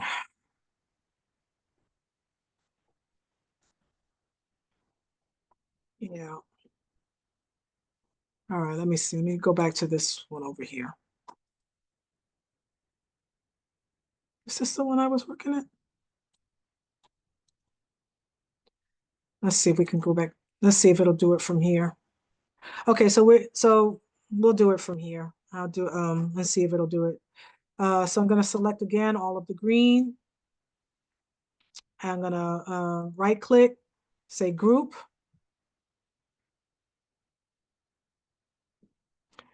When it's done, I'm gonna click make compound path. Like I said, 9 times out of 10, it is going to turn that into a different color. So don't be alarmed. Just change it back to whatever color you want it to be so you can see it.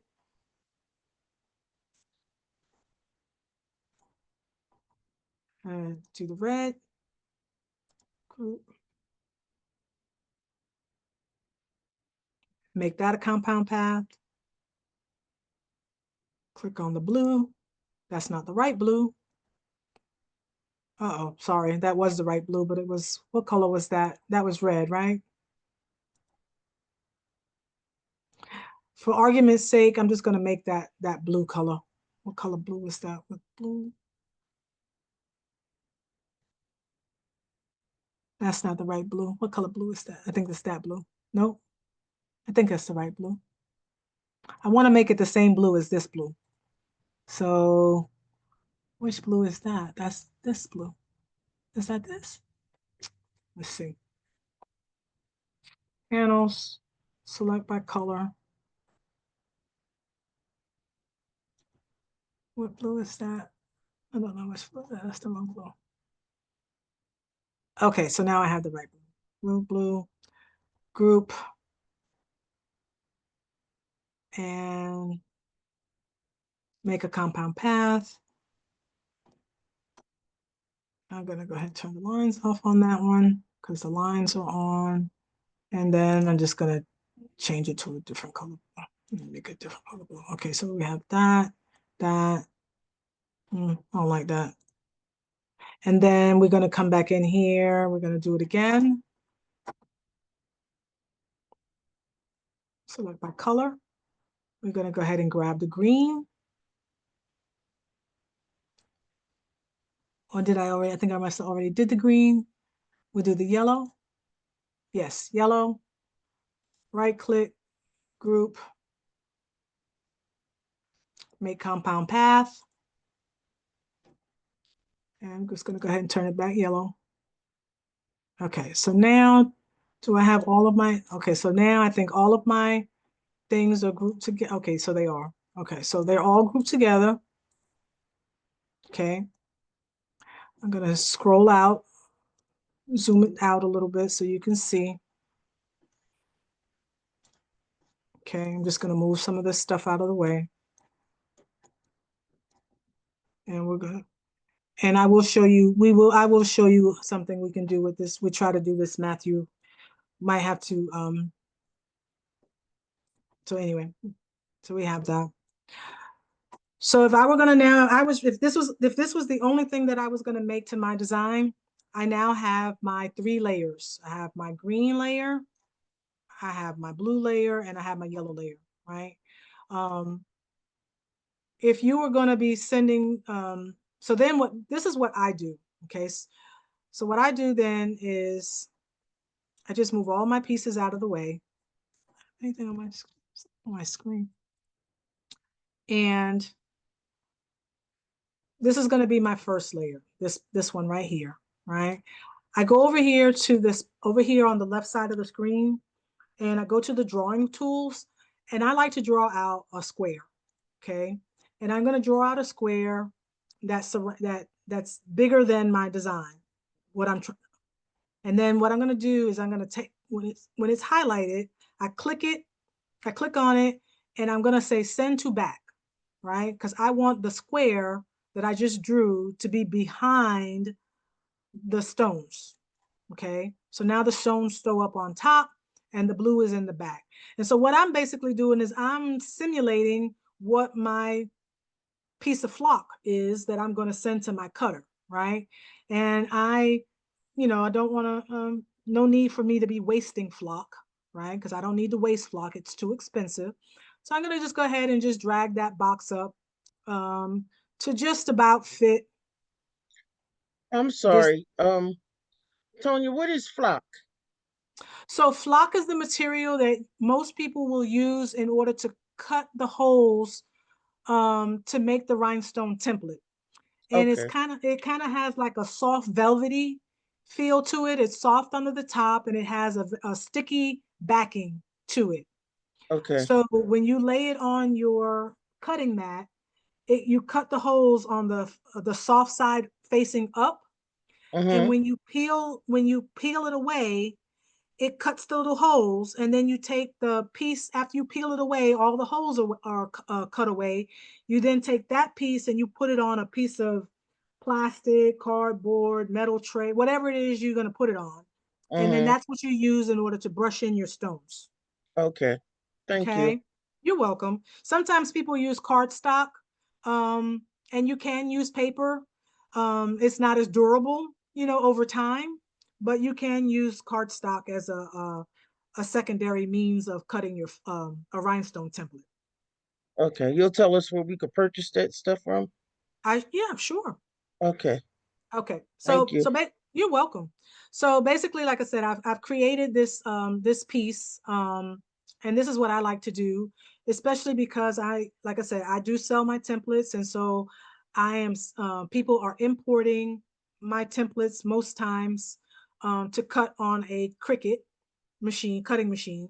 I go ahead and kind of just give them this little weed box or like I said, that's what I call it. It's like a weed box. But anyway, I just take take the circles, put them on top of the square. I then highlight both the circles and the box, right? The box that I created plus the circle. And as you can see, hopefully you can see it. I'll try to zoom in a little bit. Oh, you see I have a box where you can see the box around with the little white dots is around my blue box. And then the interior part, which was the holes, the rhinestones, also has a box around it. So that means that both of those items have been selected. And what I like to do is to then come over here to the modify. This is called the modify panel. This is the one over here on the right side of your screen that has the rectangle with a circle. Okay, so I'm going to click on that. And when I click on that, I'm going to click on the option that says subtract all, because what I want to do is I want to subtract the circles from this blue box that I created. So I'm going to click subtract all, and it's going to take it a minute. Okay. And then when it's done, I'm going to zoom back out a little bit. You can then right click anywhere on your screen or click anywhere on the design screen, and you can move those. You see how I just kind of moved the template, this piece, the circles that we created, I just moved them out of the way.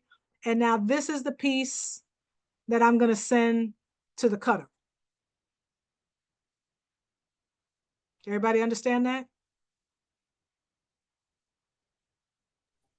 Tanya, can you, Yes. okay, can you repeat that again? I'm sorry, you said you subtract all. Is that what you do? Yep. I'll do it again. Okay. Thank you. Mm-hmm. Okay. So remember, I went to my drawing tools and I drew out a box. Okay. So here's my box that I drew out, and I've already kind of sent it to the back. That's why I'm not going to do it again, because that's the way it already is. But I would just make sure. But if I did, I do like this. I'll show you again. I bring it to the front. Okay. So when I draw out the box is the thing that's going to be in front. Okay. I want to send it to the back. So I'm going to click on my box, and I'm going to right click and click send to back. Okay. So now the box is in the back and the stones are up front.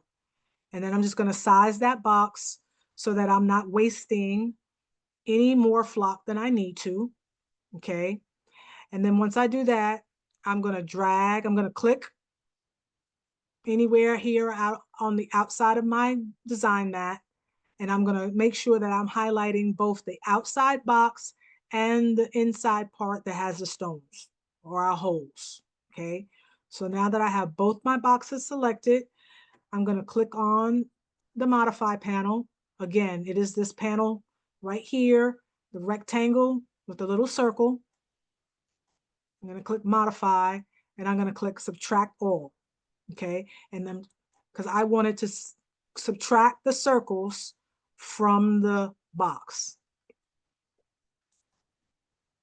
And when it's done, you can then just drag that top layer off. Now you could send this piece to your cutter. I'm not saying that you can't, okay? You can, and it will just cut those circles. But then what's gonna happen is, depending on how wide your flock is, if you have flock that is 12 inches wide, that excess piece on the edge, right? This piece right here, that's probably about maybe what, 2 to 3 inches, right? That's gonna get wasted. And there's, if you're like me and you can save flock to use for other things, I'd much rather have excess scrap pieces of flock that I can use for testing when I need to test cut something than to be throwing that flock away, because it's too expensive to do that. So I do this to create a box that allows me not to waste that excess flock. But that's just me. You don't have to. It's just something that I like to do. And sometimes I find that my template cuts a little bit better when I do it this way. But because this was a separate color, you definitely want to make sure that you create a template. So typically when you're making designs, especially one that was as close together and like the one that we were working in, each one of these would be its own layer. And so I would just come back and I would do the same thing. I would make this one. I'll show you again real quick. I just come out, I draw out my box, I send it to the back. I reduce the excess flock that I don't need. I just kind of position that where it needs to go. I draw my, I highlight both, and I would say subtract all. So depending on how big the design is, it's going to take it a minute. When it's done, you can click anywhere in the mat and then just drag that piece off. So now I have this piece and I have that piece. So I think we have one more piece, and then I'm going to show you, oops, sorry. Let me do this, drag out another box. Oops. This one, and since I already have this one highlighted, I could click, oh, never mind. It clicked away, so I'm just going to send that to the back. Okay. Again. Now, no need to, again, see, this is one of those pieces where there'd be no need for you to waste your flock 12 inches across, because you don't need that much, right? You don't need to use a whole piece of flock to cut this one little layer. So again, open the modify, click subtract all. It took that away, and then I have that. Okay, so you still have these pieces over here, which are part of the design, and now you have these 3 pieces. Now, if you have a if you have a machine and you have a 24-inch mat, okay, you could now send all of these pieces to the mat at the same time. To the cutter at the same time if they happen to fit. So the way you can check to do that, right now we've got our design mat is set for 12 by 12. I'm just going to go into the page setup, and that's the very first icon here at the top. I'm going to click on it, and as you can see, it says my cutting mat is set for a 12 by 12, and my media size, and this is considered your media size, is set for a 12 by 12. So I'm going to go ahead and I'm going to set my media size. I'm going to set the Cameo cutting mat to a 12 by 24. Okay, so that's going to now make this longer. Okay, and then I'm going to see whether or not I can get all 3 of those pieces to fit on my mat. So that way, when I go to cut, I can roll out a piece of 24-inch flock if I need to, and put it all on the mat at one time and send it to the cutter. Okay, if you don't have a 24-inch mat, you don't necessarily have to go out and buy one. Okay, you can send each of these to your cutting machine and you just send them 3 separate times. Okay, you would just, because you're not going to be able to get both of these on a 12-inch mat. And how you would send that to you, if you were working with a Cameo, okay, I'm going to put them back on the mat. If you were going to send these to cut, all of this excess stuff that's on the sides doesn't matter because it's only going to be concerned with what is on the mat. Okay, so this is what's considered the mat. You would just go here and you would go to your send. Okay, it is showing you that it is going to cut wherever you see these red lines. Okay, that is the cut that the machine is going to make. So it's going to cut all of these little circles. Okay, and then when it's done cutting all of these little circles, it's going to come back and it's going to cut out this square from your piece of flock that you have laid on your mat. Okay, my Cameo setting, my Cameo has, and I believe that I think the setting is in all of them. If you come down here to your material, you click this down arrow, you can scroll down and you should have a setting that says rhinestone template material. Okay, when you click on that, it has an automatic default setting. Okay, and that's a blade depth of 6, a force of 33, which is how deep the force of the knife comes down to cut into the flock. It's telling me it's going to do it 2 passes. So it's going to cut that circle once, and then it's going to cut that circle again. So it's going to cut it 2 times. And then the speed is how fast the machine is going to cut. The default here is 5. I've seen some people say that they turn their default up to 10. You could turn it up to 30 and it would cut really fast, but it might not cut as well as it could if you slowed it down. So the fastest I've ever turned the machine up to cut has been a speed of 10. And that usually gives me nice, perfect round circles. And so I just sacrifice and let it take longer to make the cuts. That way I'm not messing up any of my flock in between. Okay. So anybody have any questions about how you create your layer, and then how you send your template to the machine if you have a Cameo to cut?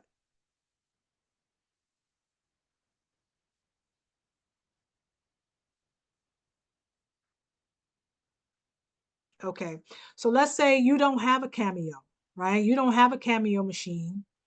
You only have a Cricut machine, okay? If you have a Cricut machine, you're still gonna do these same exact steps, okay?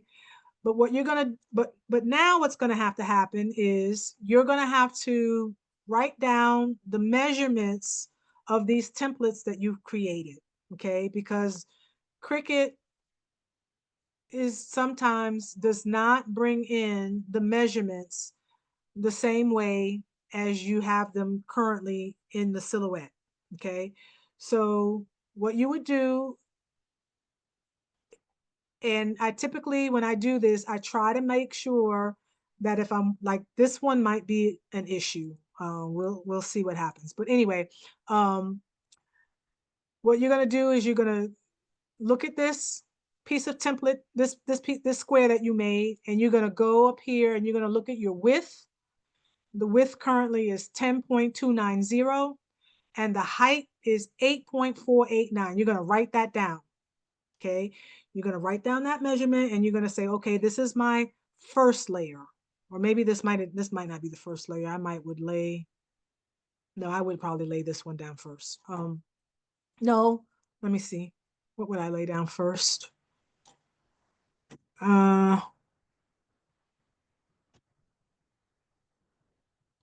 Yes, I would lay this layer down first. Okay, so this would be the first layer. So you're gonna write that down. So again, 10.290 by 8.489. This one you're gonna write down again. You're gonna write down the measurements. Uh-oh, excuse me. This one is 11.293 by 8.926. And this one is okay because I know with the Cricut, you don't want the width to be anything more than I think 11.5. Otherwise, it may tell you that it's too big to cut. So the same thing with this bottom one. We'll write down those measurements. This one is 7.280 by 5.145.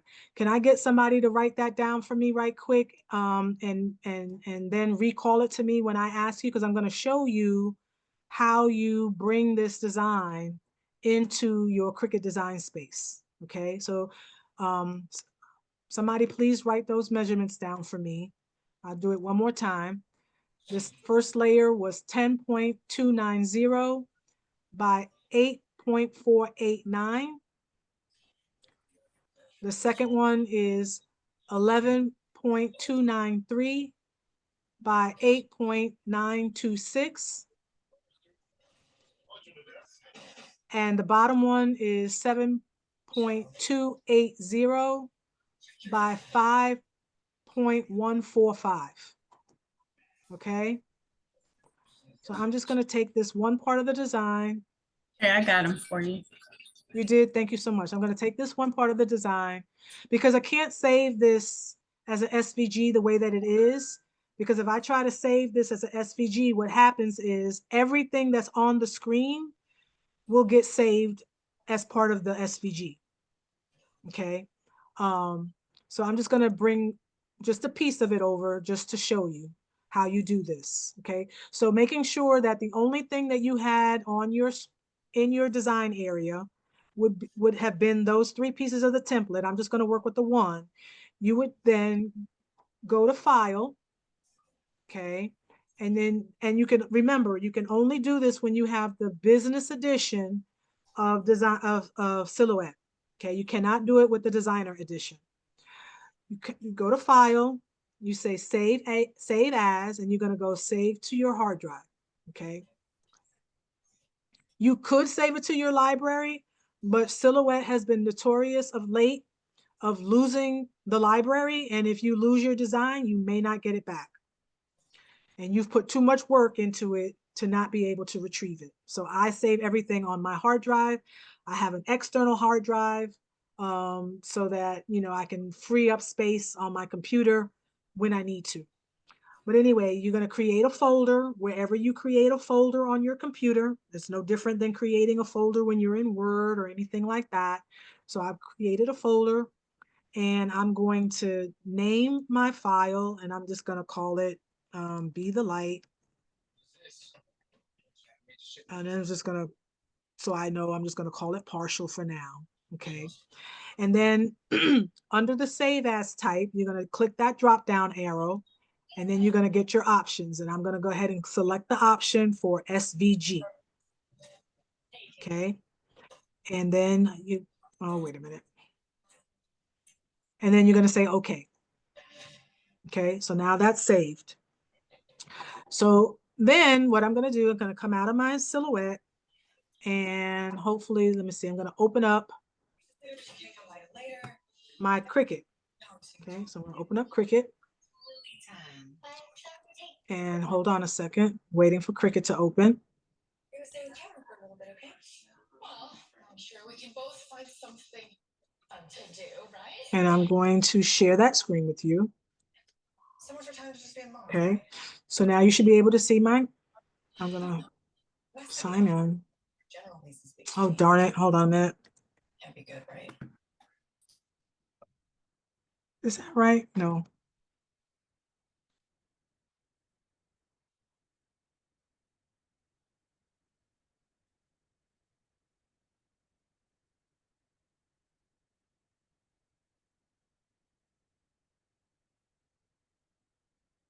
Oh, shit. Hold on a minute. Damn it.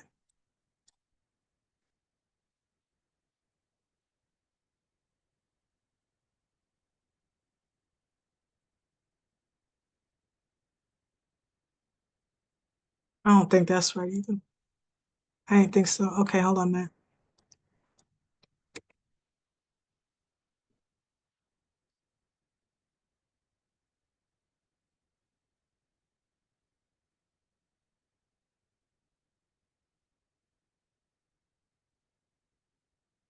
My brain is old. All these too many passwords is just getting on my nerves. Okay, so here I am. I'm in my Cricut Design Space, okay? And I'm gonna go out here and I'm gonna open up a new project.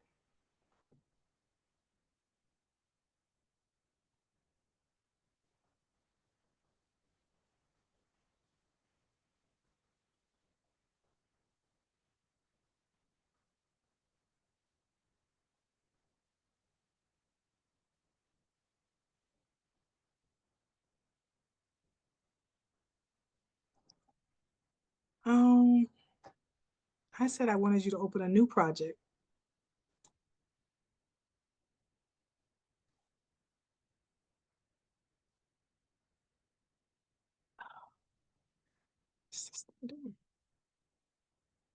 Okay, so now I've got a new a new design window open up in Cricut. I'm gonna go out here to my upload, right?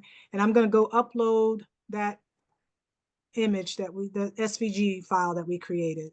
So I'm gonna go out here and I'm gonna go find my file. And when you create if you're using Microsoft Edge or whatever, your SVG file is gonna have that Microsoft Edge icon. Okay, so that's how you know that you're working with the one that is the SVG. So I'm gonna go ahead and I'm gonna click on that and then click open.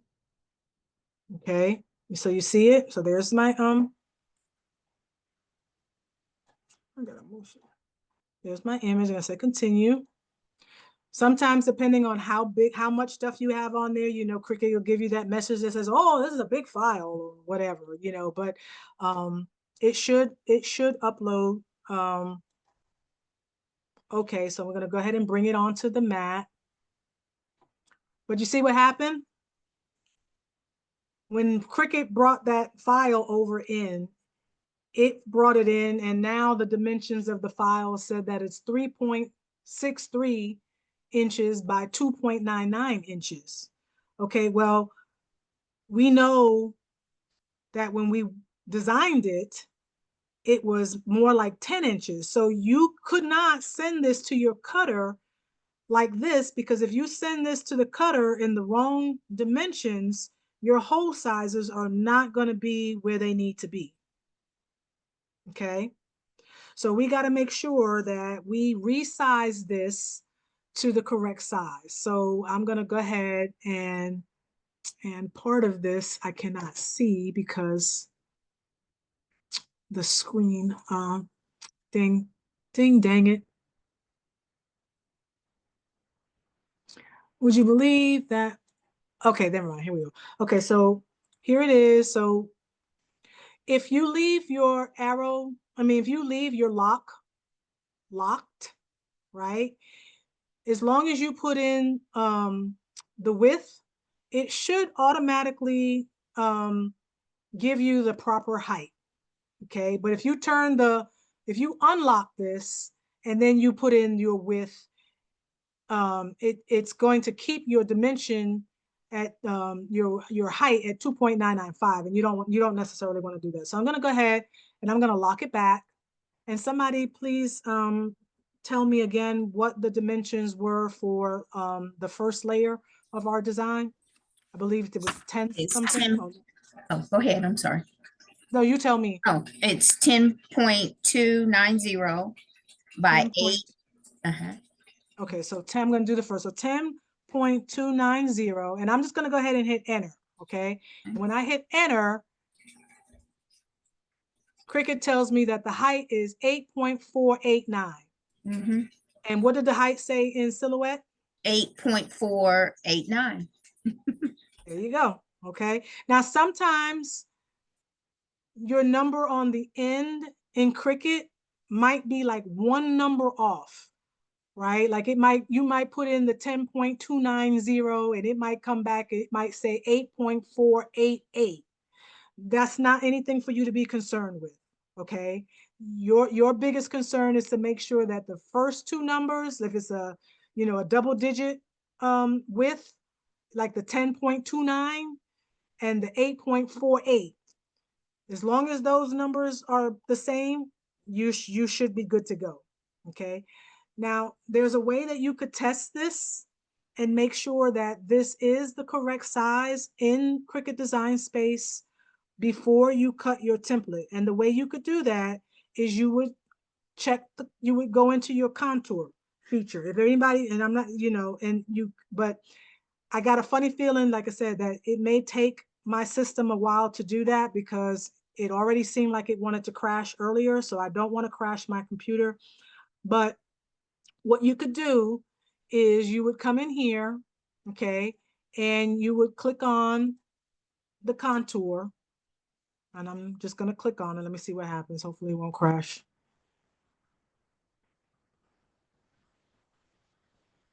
And it would take it a minute because there's a lot of holes in this design. And the more holes there are, the longer it will take your contour to come up. But what you would do is you would come in here, you would come into the contour feature, and you would hide all but one circle, okay? I'm not going to do it because it's going to take a long time, but you would hide all but one circle so that only one circle was showing. And then you would hide all contours. And then when you come out of that, you're only going to have one circle on your design mat in Cricut, okay? Then what you do is you click on that circle, okay, and you check to make sure that that hole size measures that 0.130, which is the default hole size that is created when you create your SS10 in Silhouette. If that hole size is not 0.130, like if you could do this when you download someone else's template, maybe one that you purchase from Etsy or a template that you may purchase from Creative Fabrica or wherever else you may purchase a template from.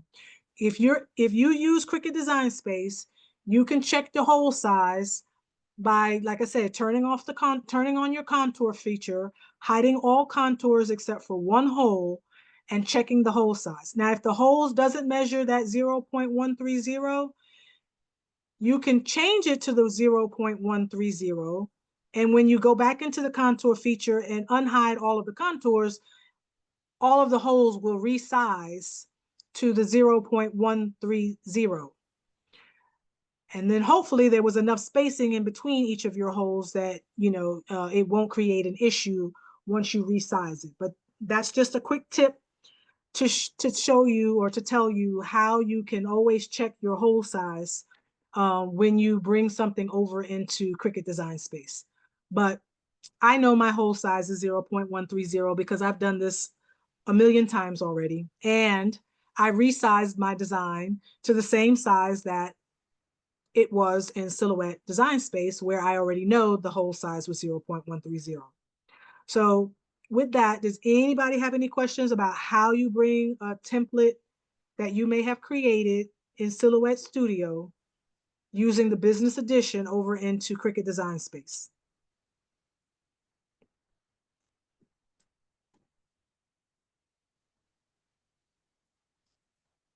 Nope. Okay. All right. So I'm going to come out of, yeah, I'm going to go ahead and quit it. So does anybody have any questions on that first design that we worked on?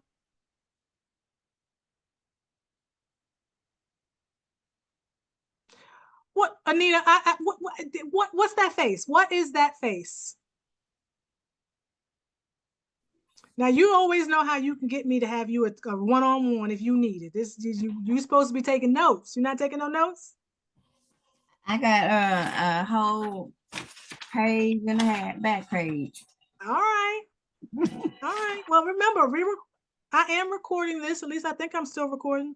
I hope I'm still recording. You better be recording. Okay, it says pause as I see it. So it's recording. So again, you'll have something to come back to, right? And So don't get distraught, don't get, frustrated. It takes a while. And I know that, even though I tried to go slow, I know what I'm doing. So sometimes some things don't always translate well, but that's why, again, you can reach out to me on Facebook. I don't want to say you can inbox me, because the more I tell people to inbox me, the more I can't stay out of my inbox. But you can email me, like I said, I'm here to help you. I'm here to help you figure out how you do this. Okay. So with that being said, like I said, that was a pretty much simple design. Okay. I'm going to open up another one. If anybody, like I said, I'm welcome. I can stay on with you guys for as long as you want to stay on. For those of you that may need to drop off because you have other, home duties to take care of, I understand. Like I said, I am going to be recording this all the way through, so you can always come back and have access to it and watch it later. But I want to bring up a second design. I want to bring up the Be the Light design that kind of had that scripty font in it, and show you how you can manipulate that scripty part of the font to, again, create you a rhinestone template. But like I said, if you guys have any other questions about the first design that I worked on, ask me now. Okay, Miss Tanya, this is Regina. Hey, honey. Hey, when you, like, I know how to do the contour, I know how to get that one dot. How do you make it stay on the design? Do you have to change it every time? Say if it was off. The circle that you have to make it 0.130, when you go into contour, you get that one dot. How do you make it stay? Or do you have to change, you have to do that every time you try to print off your template? Well, once you go in and you say, for instance, if you brought in a design, you bought a design, and like say, and the designer made the hole size, 0.128, because there's a variance in the hole size depending on the rhinestone, but not all rhinestone, and this is another thing, right? Not all rhinestone manufacturers make their rhinestones circumference the same size, right? There's a range. It's 2.88 to, or 2.7 millimeters to 2.99 millimeters, right? So you could have a whole, your template that you design it, and it fits your rhinestone, right? Well, some other designer may be making templates based on the rhinestones that they buy, right? And their rhinestone circumference might be smaller, so they make their hole sizes a little bit smaller, or the vice versa. Their hole size could be bigger, so they make their template hole size bigger. So the whole thing is, I can't, hold on one second. Hey, I'm teaching my class. Okay, I'll call you later. All right. So I know, like I said, I know that my templates for my stones work with the 0.130 hole setting.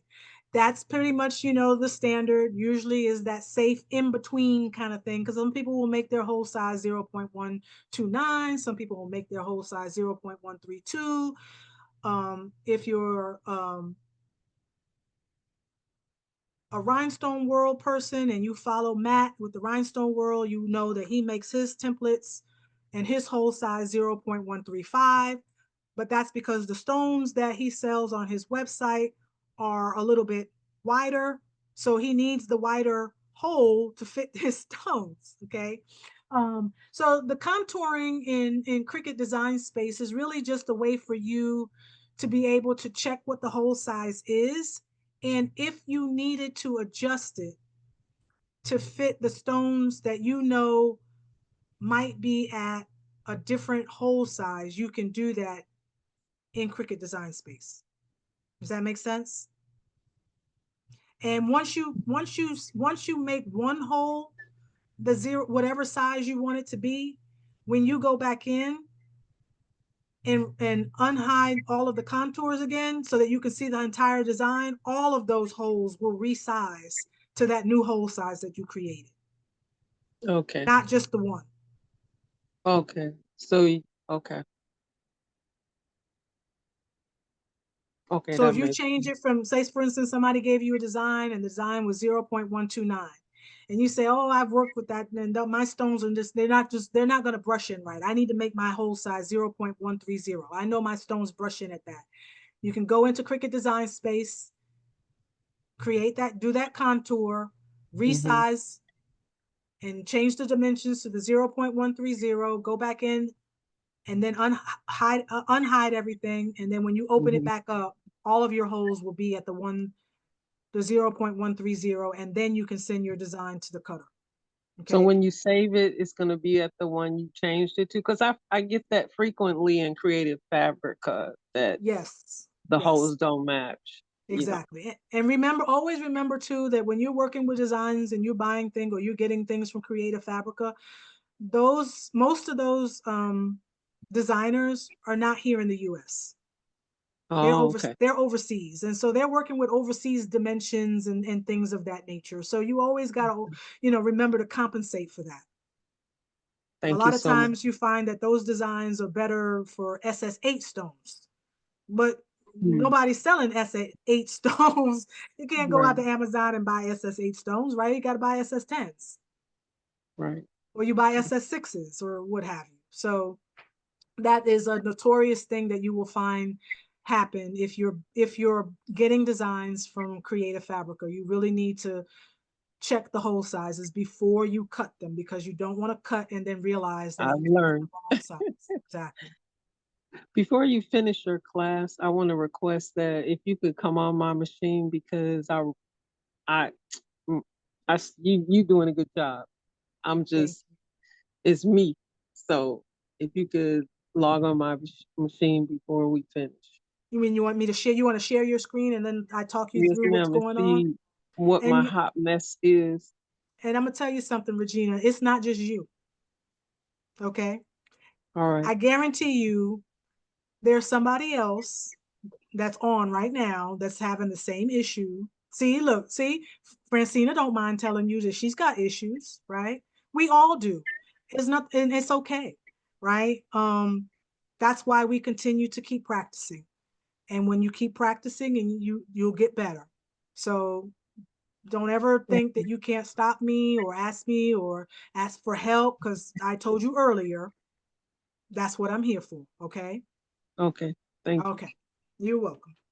All right. So let's see what we got here. I'm going to go back to sharing my screen, and I'm gonna bring back my Silhouette Studio.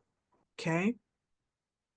Okay, so everybody should be seeing this screen. I'm just gonna go ahead and delete this because I don't need it. And I'm gonna work in this new window. So I'm gonna open up another design.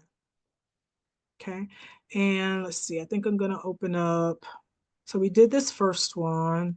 Let me see what this one is. Yeah, I'm not gonna. Okay, I'm gonna open up, let me see.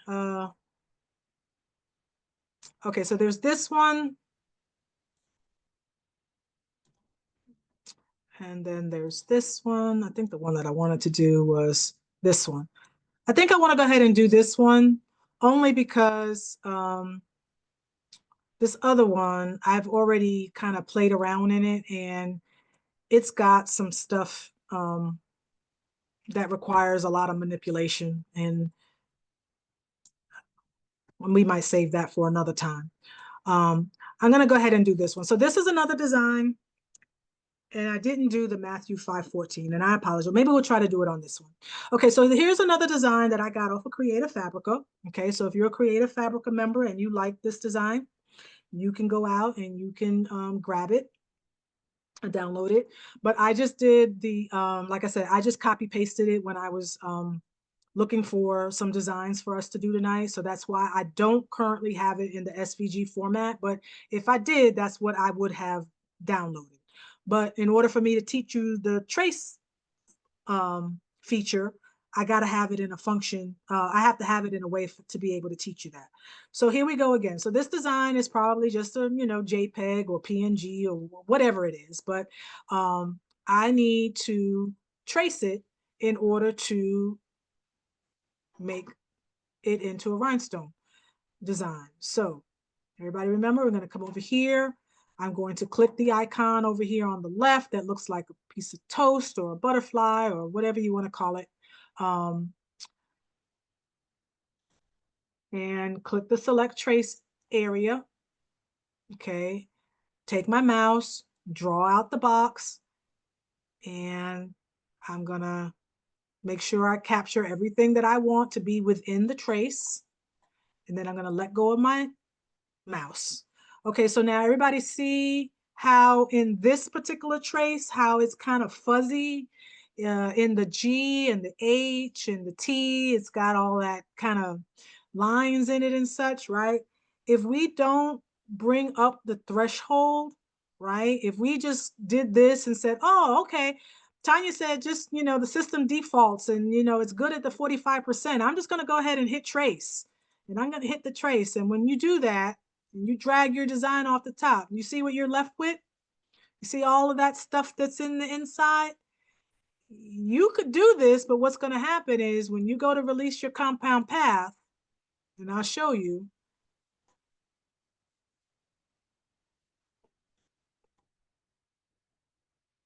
and it's going to take a minute because it's going to release all of these little, oh, damn it. Shoot, sorry, my system, I told you. This is what happens when you try to run a zoom and silhouette, which is a memory hog. I run out of space. And so I guess I'm happy that it only crashed silhouette and it didn't cut you guys off the Zoom. So give me a minute, I'm gonna restart.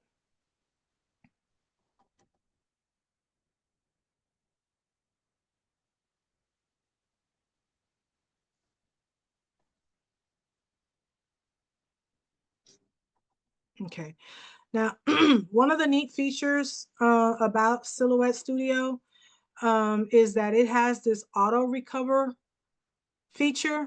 Okay, and so if you happen to be working on something and you lose your system crashes for whatever reason, it will auto recover up until I think the last 5 minutes of you being in the design. So if you were in the design for at least 5 minutes, it automatically auto saves for you. I don't think it auto saved the design that we were in because I had just kind of pulled it in. So we'll start again.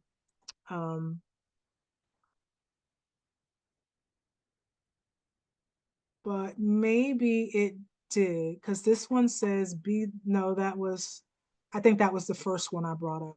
So I'm going to go back in and I'm going to open up that design, and you can come here. I can come back here to my open recents, and the open recent will let you open maybe about 10 or 15 of the most recent designs that you worked on. So whatever you worked in last, or the last couple of ones, they'll be in your recents. So I think it was this Be the Light 3 was the one we were going to do. And it is. And as you can see, I kind of had already gone out here and played around with it, but I'm just going to show you what I did. Okay, so we have the Be the Light. And again, I'm going to go ahead and I'm going to trace this design.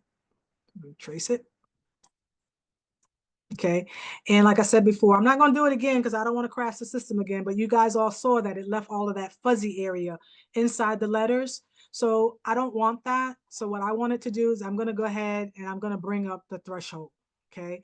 Because I wanted to give me a nice, I wanted to fill in all of that, all of those letters.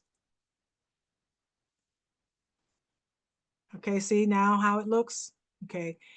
So now I can go in and I can click the trace and I should have a pretty clean design, and I do. Okay, the only thing that I do notice is that in the Matthew, everybody see the Matthew at the bottom? You see how the T's are touching? Okay, we can fix that if we were going to use this as part of our rhinestone design. Okay, So we'll see what happens. So again, I'm going to do the same thing I did the last time. I'm going to look at my design and I'm going to see about where, I'm just going to drag that off to the side. I'm going to see about how big I want it to be. Okay. And right now this is sized at 10.646 in width by 8.390 in height.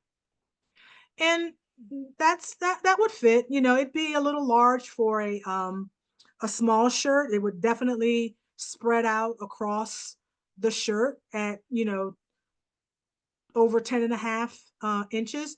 But, you know, maybe that's okay, right? Maybe you want the light part to be big on the shirt. So I'm just going to go ahead and I'm going to leave it at this particular measurement right here. Okay. And then, like I said, what I like to do at this point is I like to see what I'm working with. And so I'm going to go out to the rhinestone panel. I'm going to turn on the edge fill and see what that looks like. And from first glance, I'm like, okay, that's not too bad, right? I could work with that, right? It's going to require some cleanup, but the light is almost perfect, right? If I just wanted an outline, of the letters, right? That's, you almost can't ask for anything better than that. The Matthew, of course, yes, for SS10 stones, as you can see, that is too tiny in order for those stones to fit properly. So we're gonna have to do something different with that. And then the scripty part of our font, it's okay, but you can see where it didn't kind of give you a nice straight line in the, you know, part of the letters. It tried to fill in, you know, see here, it was kind of wide in these areas and then thin over here. So it tried to give you stones that look like that. Okay. So that's going to require us to do a little bit of cleanup, but this is what this looks like in the edge fill. Let's just kind of see what happens when we look at it in all the different other fill patterns. This is the linear fill. Okay. So you might look at that and you say, oh, I like the way that gave me the letters light in the linear fill, right? Because it gives you, or you can go over here to the radial fill and see what that looks like. Radial fill is going to require us to do a lot more work. Okay. But then remember, we haven't yet changed our spacing. Okay. So sometimes we can go in there and when we change our spacing, it's going to make the design look just a little bit better. So I'm going to go in here and I'm going to go down here, and anybody can remember what I say you change your spacing to?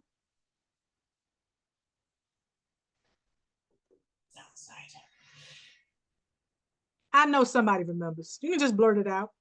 The 0.130. Not here. What do you? This is the one that we're working with, the spacing that'll be in between the Oh, stones. 0.030. Actually, is 0.020. Okay, so I'm changing. Everybody write that down. You want to change your spacing to 0.020. That is a safe place for you to be when you go to cut your rhinestone template. Okay. But you see when we did that, you see how in the radial fill, how it kind of it evened out the be the, right? Made it look a lot better than it did before. Still needs some cleanup, but I like that a lot better than I did the other one. Okay.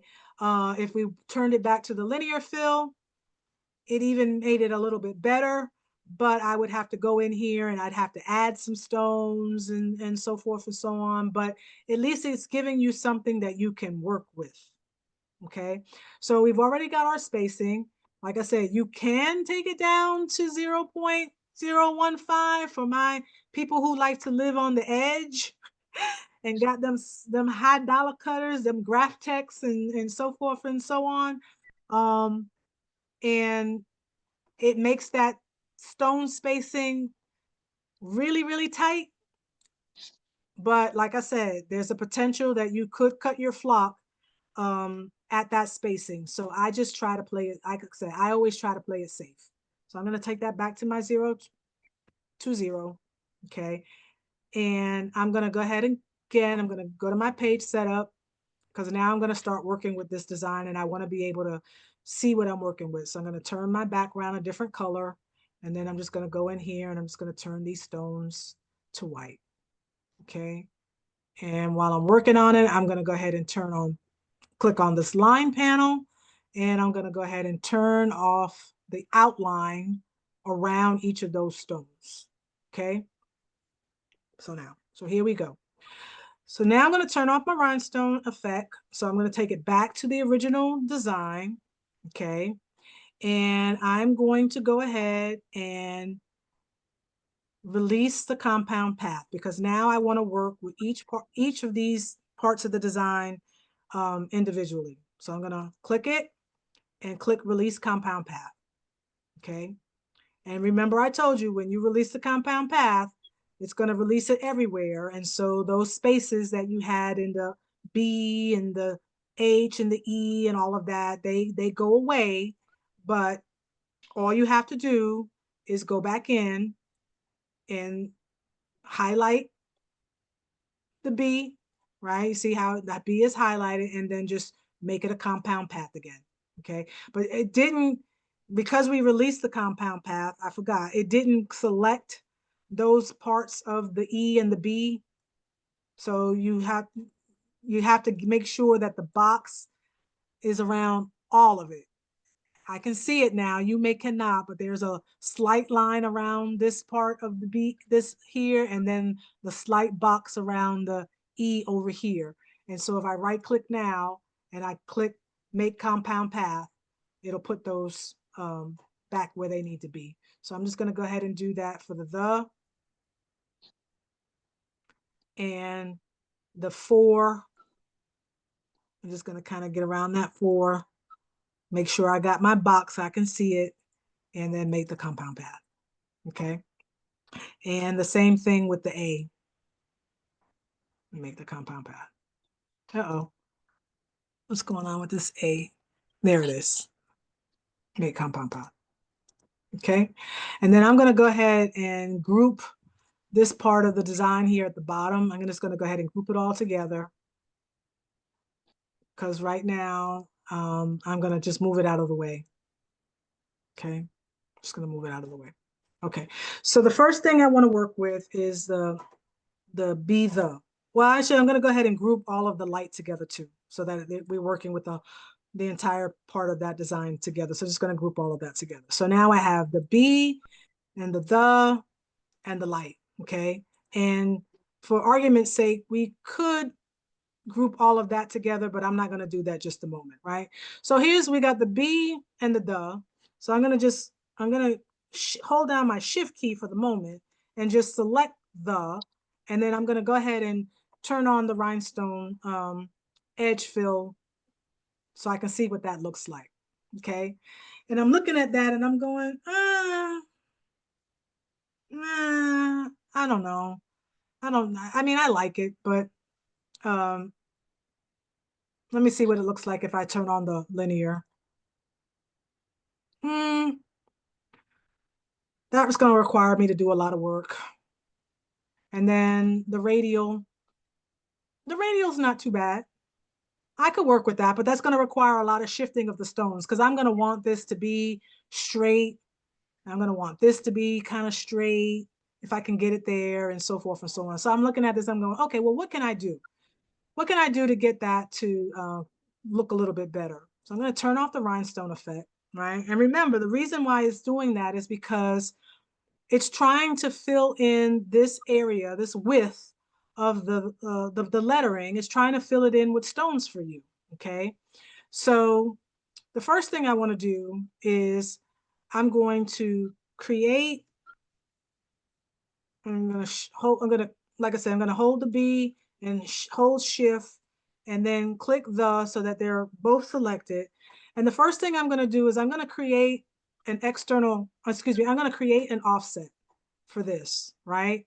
And the reason I want to create the offset is because parts of the letters, the T and the H dip down into the G and the H of the word light. And I got to create the space in there for the stones, okay?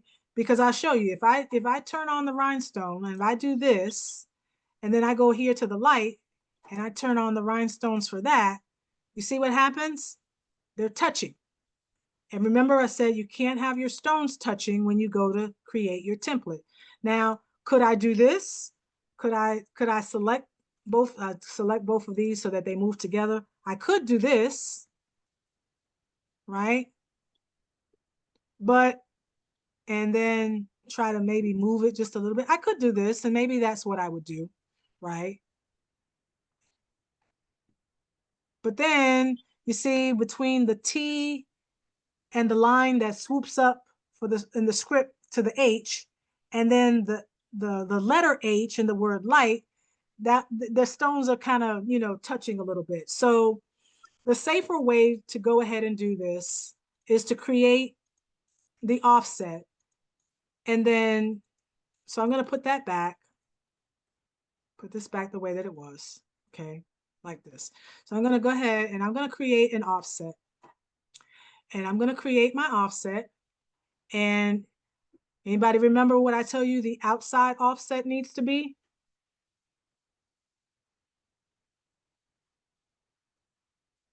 Is that the 130? No? There you go, 0.130. So I'm going to go ahead and I'm going to make the offset 0.130. Okay. Okay. So now you see I got that line, and it's just slightly touching the it's just slightly kind of touching the H and the G and the word light. So maybe what I do is I might go in here in this one, and I'm going to do cancel, and I'm going to make another offset, and I might make this one just a little bit wider. You don't have to, but because this design already has the scoop out in it, normally if we did this and we did it and the G and the H were didn't look like this would work. But I'm just going to go ahead. I'm going to go ahead again. I'm just going to, and instead of 1.030, I'm just going to make it 1.035. Okay. Just going to make it a little bit larger. Okay. And then I'm going to move the B and the and I'm going to group them together for a minute. And I'm just going to move it out of the way. Okay. All right. So there's my offset that I created. And I'm going to take this offset. Okay. And I'm just going to draw a box around it and the word light. Right. I'm going to do that. And then I'm going to come over here. Go ahead. Miss Tanya, I'm sorry. This is where I get lost. I don't know Okay. if you're on release the compound, or are you on I just don't know where you are right here. What right now? Because like mine's is in one, like it's grouped. How I don't understand. Like after Like you do the 0.20, then you'll say release the compound, you'll say I just get lost right here. You got lost. Okay. Anybody else lost? Go ahead and chime up. If you lost, you let us know you lost.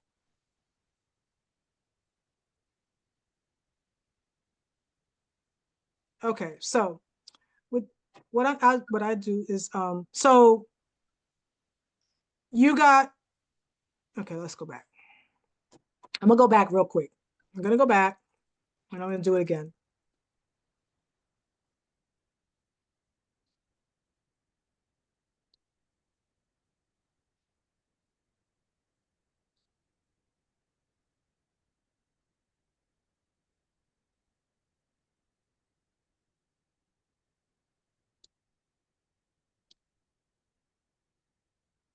Okay, I'm going to take you back to before I release the compound pad. Okay, so here we are, right?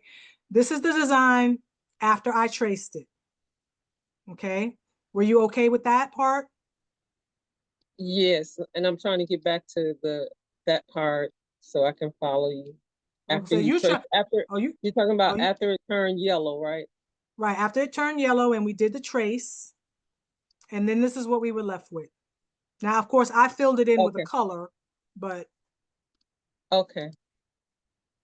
so you're back here. Yes. Okay, so now this is all one design, right? And you could at this point, like I said, you could go to your rhinestone panel and you could turn on any of the effects to see what it would look like if you turned it into a rhinestone template as is. Okay, so I'll turn on the edge and that's what it would look like. But that's not going to make a very good rhinestone template, right? Okay. Okay, so in order for us to be able to work with the different parts of the design to get them to where we want to be, we have to release the compound path so that we can work with each of the individual designs. I mean, each Okay. of the individual aspects of the design.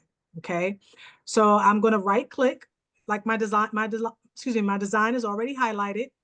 I'm going to right click and I'm going to click release compound path. Okay, so now once we release the compound path, this part, this is a part of the design, right? You see how nothing else clicked when I clicked on that except this part of the design. This is a separate part of the design. The L is going to be a separate, I, the G, the H, the T, and then everything in here is its own individual piece after we release the compound path.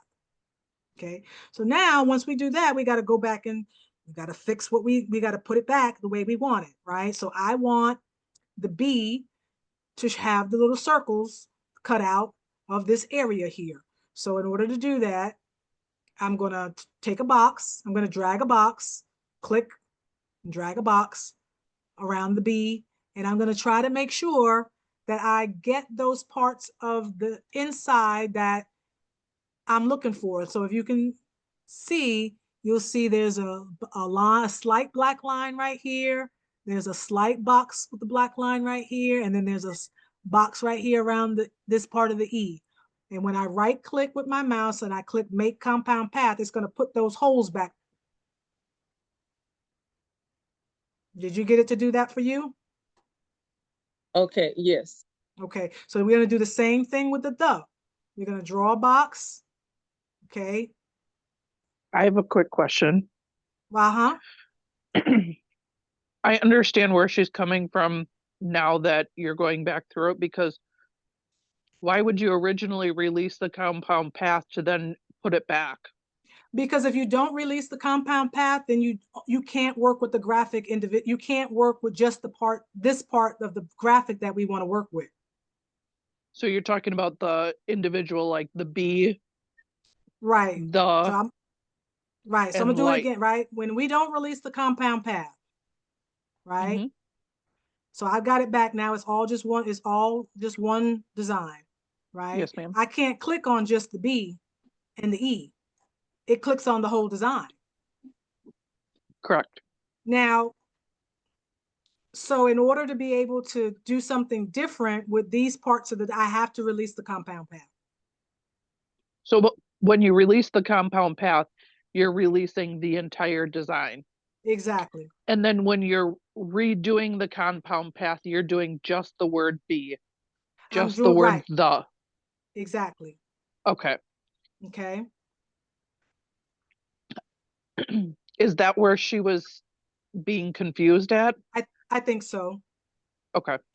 And so sometimes, like I said, when you're working with designs and they're close like this, sometimes, if you're not careful, when you drag your box, you'll drag a box around more than just what you're trying to grab, right? So that's why a lot of times what I'll do is I'll work in smaller, like I'll work in these sections. Like I know right now, I'm not going to work in this part of the design that has the Matthew 5:14, right? But I can go in here and I can take my mouse, click and drag along this bottom part here, right? And get what I don't want. Well, actually I can do that, grab the whole thing, and I can go ahead and make it a compound path again so that I can get the little spaces to go back in between the 4 and the A, right? And then just go ahead and group all of this. Well, I've made it a compound path, so it automatically grouped it all. But I can move that out the way, right?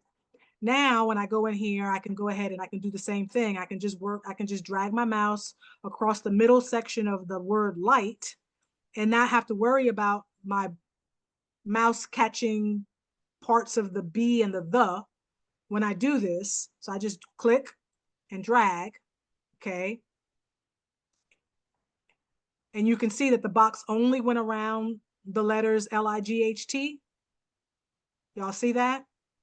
I can then right click, and now I just want to make, right now, I don't have to make this a compound path, right? I can just group this together. And when I group that together, then this all moves as one piece, which is what I want, okay? And if you want it, you do it this way, and then you can move it out of the way, right? You can move it out of your way. So that way, when you go to work with the next part, which we're going to go ahead and let's just go ahead and do the, I'm going to take my mouse, I'm going to click, I'm going to drag. Well, actually, I'm going to click and I'm going to drag. Now, when I do that, you see it put it around the word the, but it did not get the pieces inside the H and the E. So I got to continue to keep dragging my box until I make sure that I drag across that whole word. And then you can see the slight outline of where it picked up this piece and where it picked up this piece, right? And then you can right click and then you make that your compound, make it a compound path again. So we'll do the same thing here with the B. Make sure we get all of those pieces and then make compound path. You got that? Everybody got that?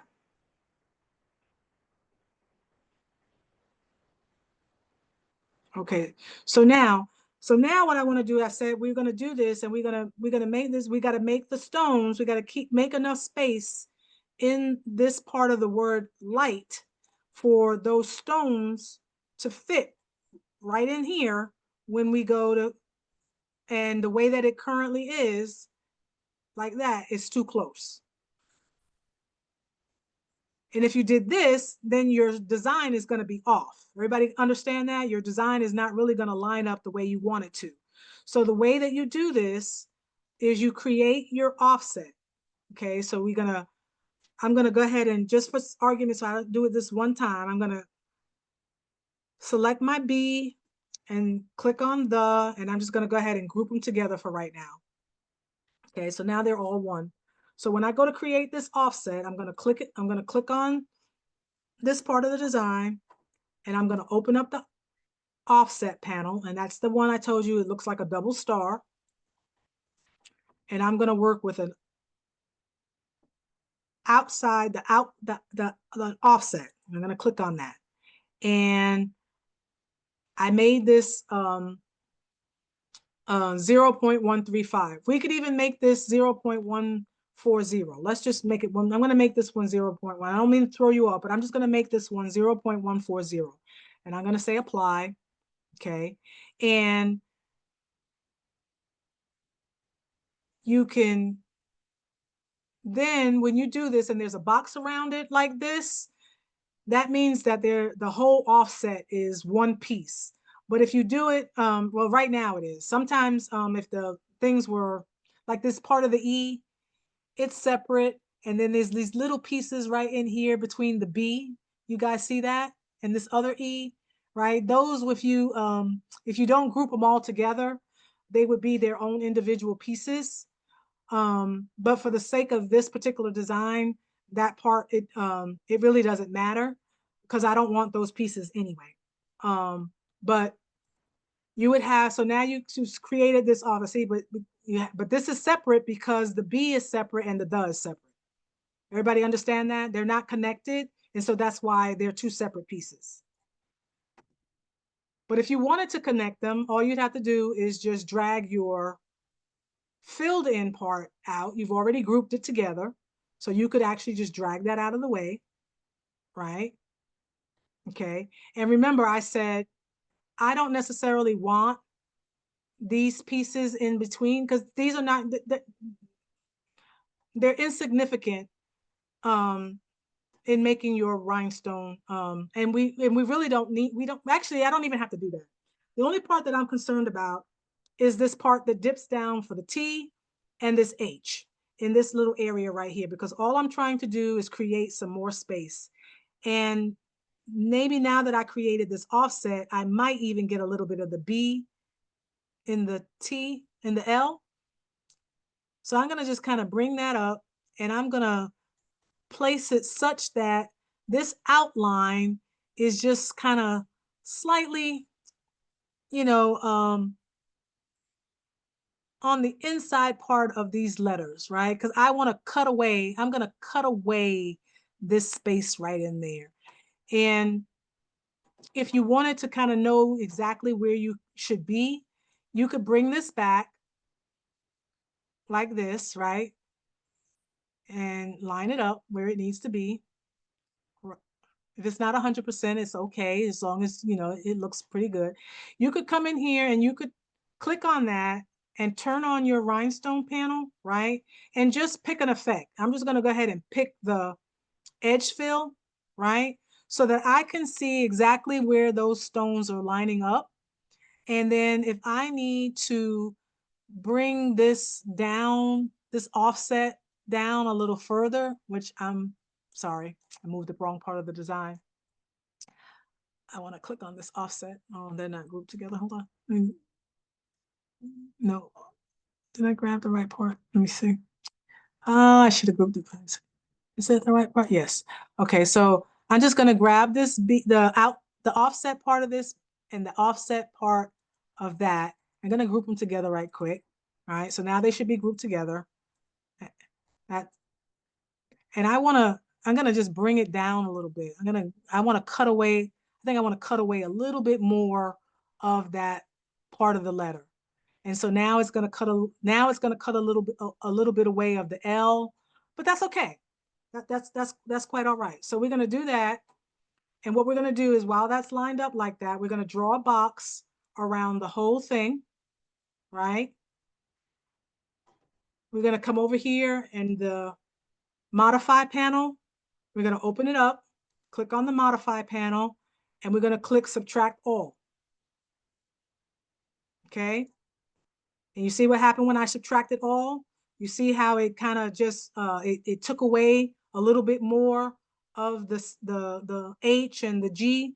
And now I even have that little bit of indentation here in my B.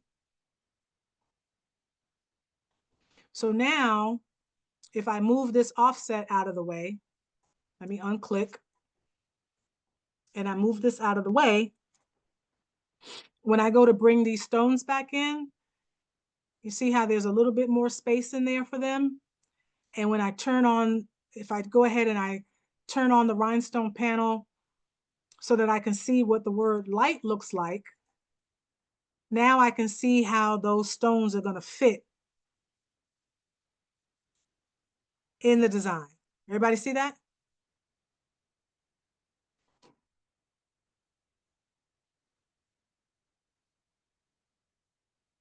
Now I also see, like I said, here, this B really wasn't big enough to really drop down into this little curve that it made when we cut that piece away. I'm not gonna worry. What I'll do is I'll just go back in here and I'll just probably line those stones up and make them straight, because it doesn't come down. It's not gonna impact those stones. They're not gonna touch if I go back in here and I just line those up. But I do want these stones to fit down in here. Did I lose anybody?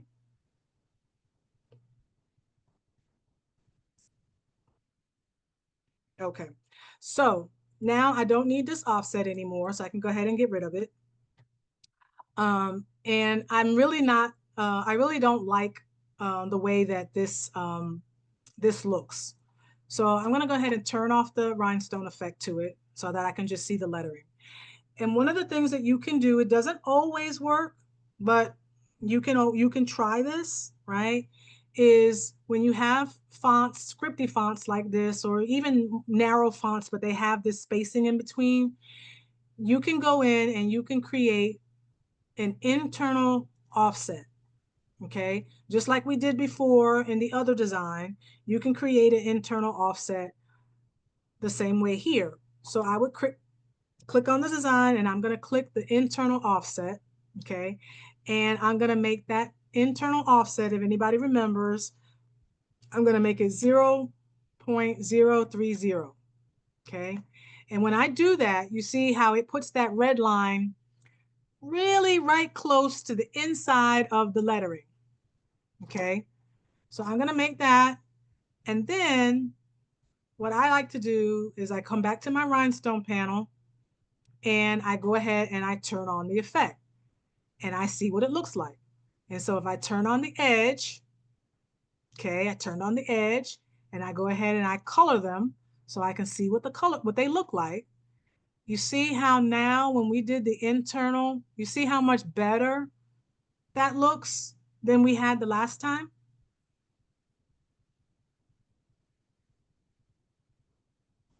Okay, it didn't give us, it's not perfect, but it's a lot less cleanup than what we had before. So if I wanted to see what the other effects looks like, I just highlight it, and let's just see what let's see what the linear fill looks like. Okay, the linear fill gave me some straighter lines right here in the T and in the script right in there, but it also left out a lot of space. It left a lot of space in between, and then I would have to manually go in and add those stones. And I don't know that I necessarily want to do that. That looks like a lot of work, although this also gives me my curve line, and so I just kind of have to follow the curve. So I could work with this, but let's just see what happens when we click the radial fill. Kind of gave us the same as we did when we had the edge, because sometimes the edge and the radial fill are somewhat the same because they're both working on the curve. But this is a lot cleaner, right? Then here's the original.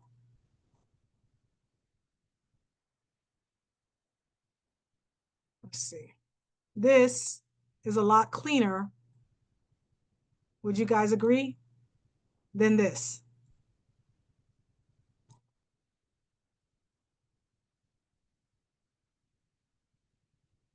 And so now that I have, so now I'm going to work with this one instead. And I'm just going to group that together and I'm just going to turn it off for a minute. Okay. But you see how it changed when we created the internal offset of that design? You see how now it's not so thick in the spaces where you want those stones to line up in a singular line, because now it's really thin. So it's only going to try to put stones on the line versus trying to put stones to fill up the width of the line.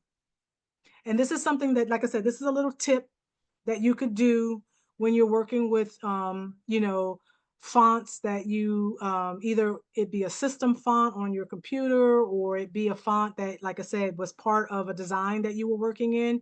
You can always try doing an internal offset and see if you can clean it up a little bit. Okay. And so right now, like I said, you know, we could make this, and like I said, we could turn this back and turn the rhinestone effect back on. If we wanted it like this, we could leave this as a design, or we could come in here, change this to the linear fill, right?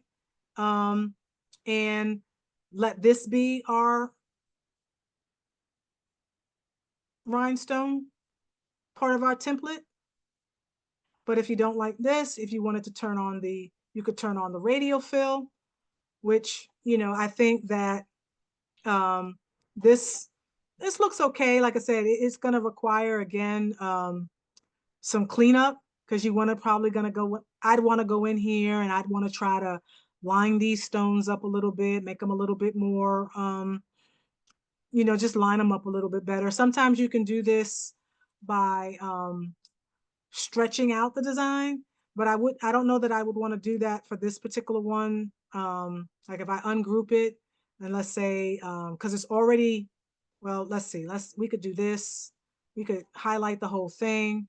We could shrink it in a little bit, and see if by shrinking it in, if that helps. Like sometimes maybe the design is too big, right? It's too big. So you can shrink it down a little bit. And that made the H look much better. The T still, needs a little bit of work. Maybe we shrink it down a little bit more. If we start shrinking it down even a little bit more, you see what happens now. It's creating more space. We'd have to go back in and do some cleanup. So I bring it back the other way and kind of see. So you can manipulate like this to get your stones to kind of clean up a little bit on their own. This is a little bit better. It just depends on, how much work you want to do to your design. The other thing you could do is, rather than using the linear fill to do these letters, we can go ahead and we could turn that off, right? And we could maybe try the same thing. We could take these letters, highlight them all. Let's see what happens if we create an internal offset and kind of narrow that space in a little bit. Maybe that will help us get those stones lined up a little bit better. So I'm going to go to the offset panel. I'm going to do an internal offset. I'm going to still stay at that 0.030. Turn on my rhinestone panel so I can see what those stones look like, and maybe still use the same linear fill. And look at that. Okay. Turn on a color so that I can see what they look like. Let's just turn them red. And excuse me. That part of this is not. Let me group this together.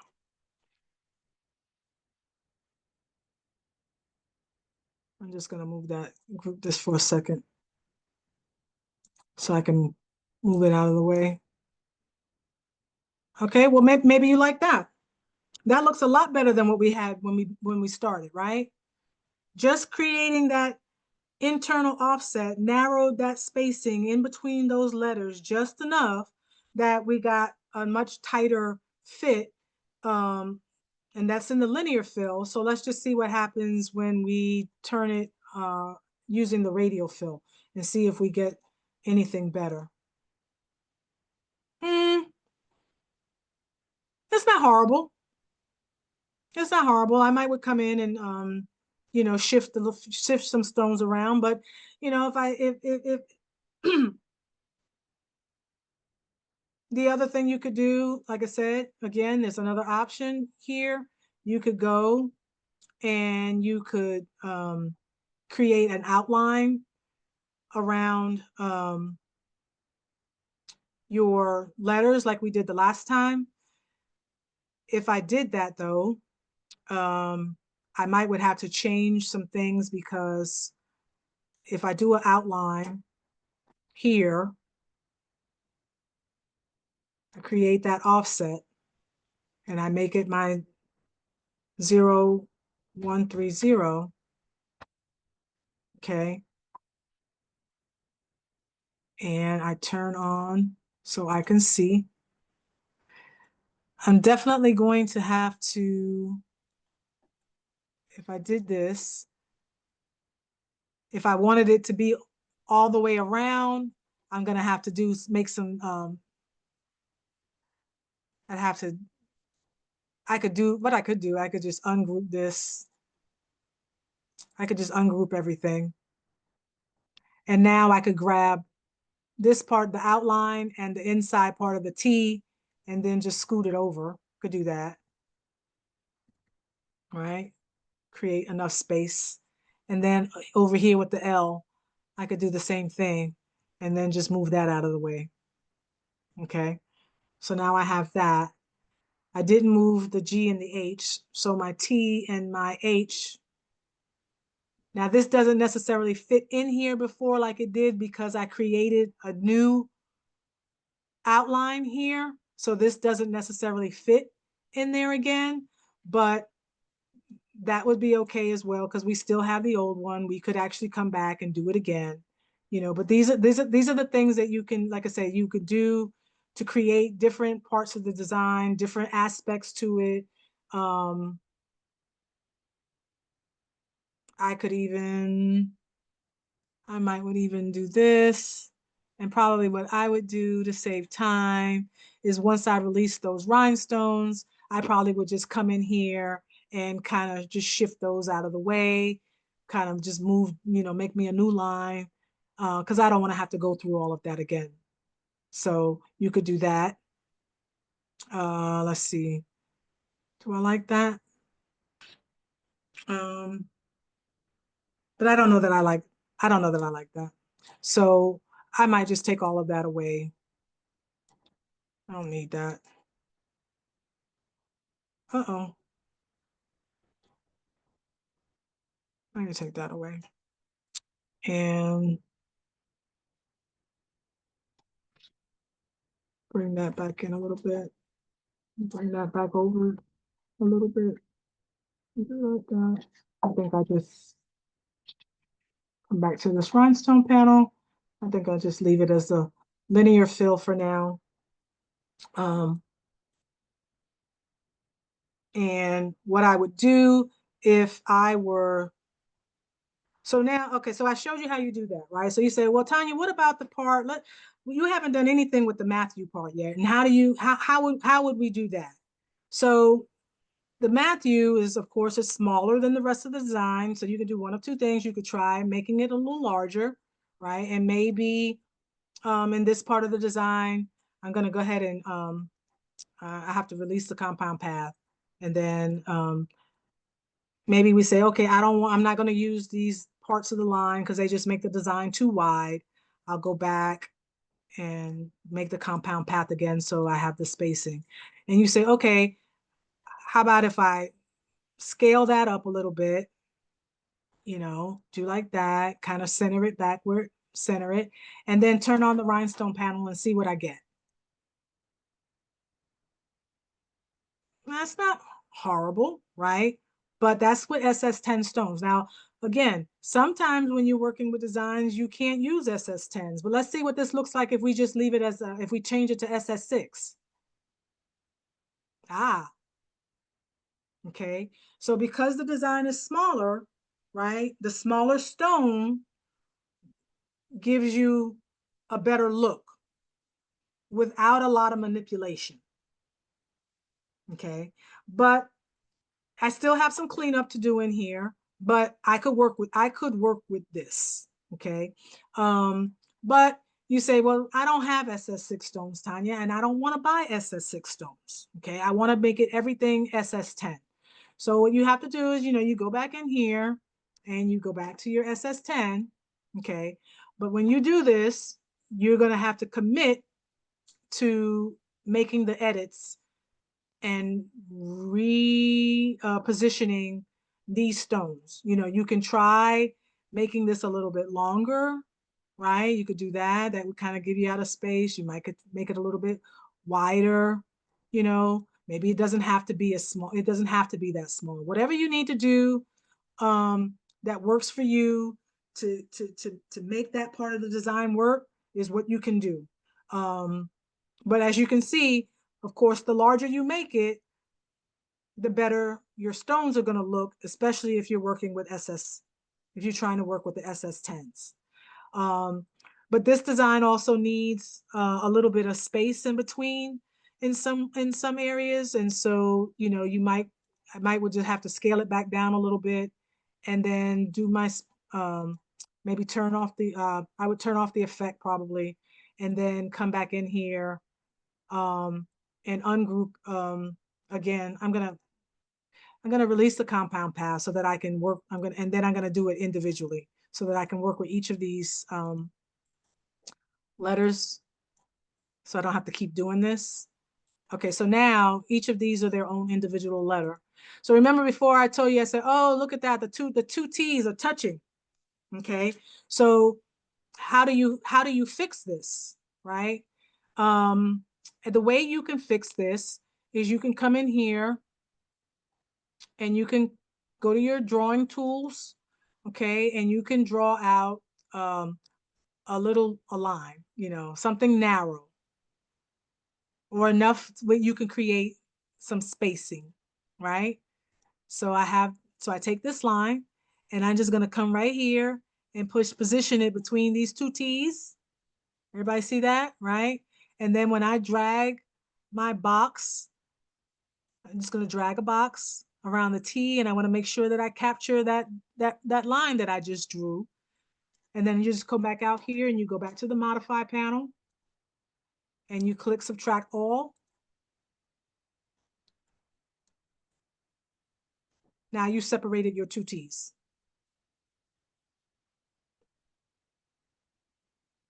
Everybody get that? You want me to, anybody need me to show them how to do that again? Okay, great. So now that you have this, right, you say, okay, well, I know I need to make some, I'm gonna space this out a little bit more. I'm gonna space the AO, just create a little bit more spacing in between. Then and then what you have to do is if you want them to be an individual letter, you have to release the compound path so that they each become their own. Wait a minute. Ungroup. And now they're their own, because I'd already released the compound path. So now I have where I can add a little bit more space in between them, and because so that those stones have more room. That needs to be grouped together. So this, I hold down if I want to group these two together, I'm gonna click one, hold down my shift key, and then click the other one and click group. And now that way, when I go to move them, they'll all move together. And then I move my little 4 over and I move this little 1 over. So now I have a little bit more spacing. So now if I go back in and we turn on the rhinestone panel and turn on the edge fill, but now we can work with each of those letters individually as well. So we can do like this, and we can see exactly where those stones are going to be touching or not touching. But like I said, I think that this is too big for SS10 stones. If I were going to use this part of the design, I probably would make them SS6s, because as you can see, the SS6s, you can now see that says Matthew 5:14.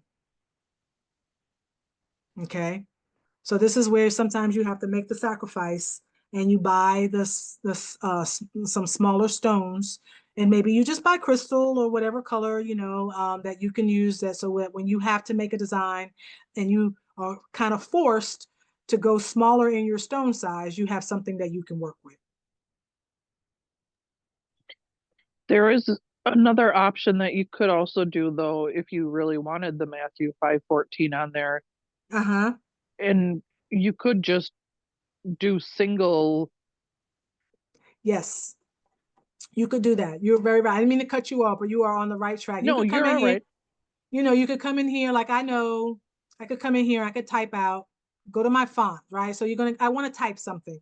In order to type something, what you do is you come over here and you click on this letter A, and you see how now I have this blinking light blue line here. I'm going to type out, and I'm going to type it in all capital letters, and I'm going to type out Matthew 5:14. Okay, and try to bring that over so that you can see what I'm doing. Okay, so I have my Matthew 5:14. Now, this just typed it out. This over here on the right side of your panel, you have your text effect, your text style panel, excuse me. And I don't know if this happens to anybody else, but it always happens to me. So I always tell people, don't click the second A. Always click the top A, because if anytime I click the bottom A, it crashes the program. Okay, so just be careful, and click on this top A. And what this does is this goes out and this finds all of the fonts that you currently have on your system. Okay, so whatever font you have on your system is going to be over here. Now, they don't all convert well. Okay, I will tell you this, they do not. But what I do is I come in here, I click on my rhinestone panel, and I click on the edge fill to start with, right? Because I'm looking for something that's probably a single line, maybe. So I'm gonna click that on and see what, and you see what that looks like? That looks terrible. If I spread it out, it gets better, but look how big it has to get in order for it to look decent. And that's in SS6 stones. Okay, so we want to be on SS10s because that's what we have. So we can go back to SS10.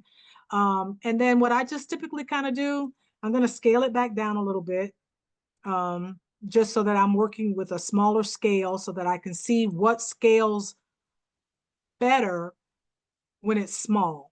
And I just sometimes just go through my fonts. This is basically what I do sometimes is I just start with the top, I start with the font and I just arrow through my fonts and I see what they look like.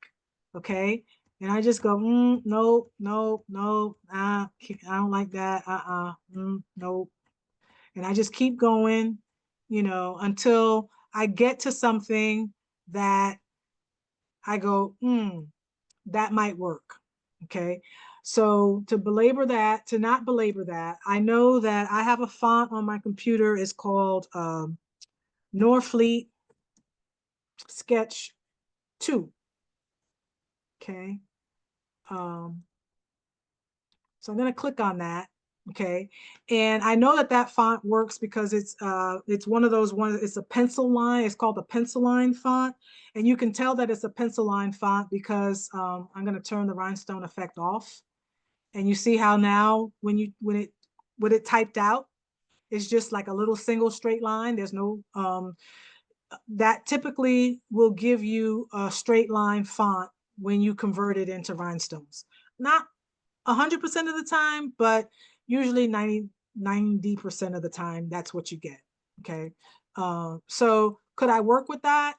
I can scale it down even further and it still is keeping its straight line attributes, which is good, right? Because now I could say, okay, I'm not going to use this. This is going to require too much work.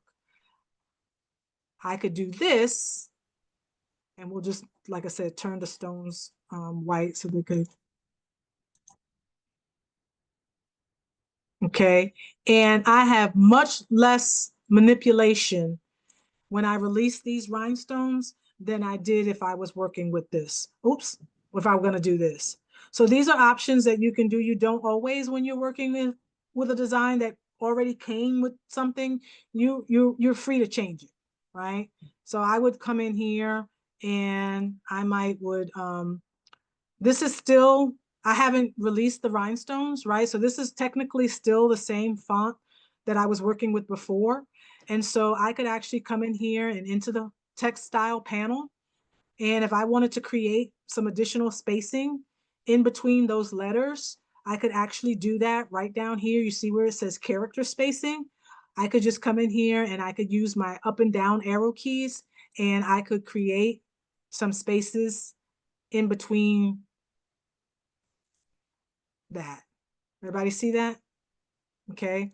And when I got it to where I liked it, maybe this is good. I just center that. I see maybe, do I want it to be a little bit smaller? Can I still keep it? Can I still see it? Yeah.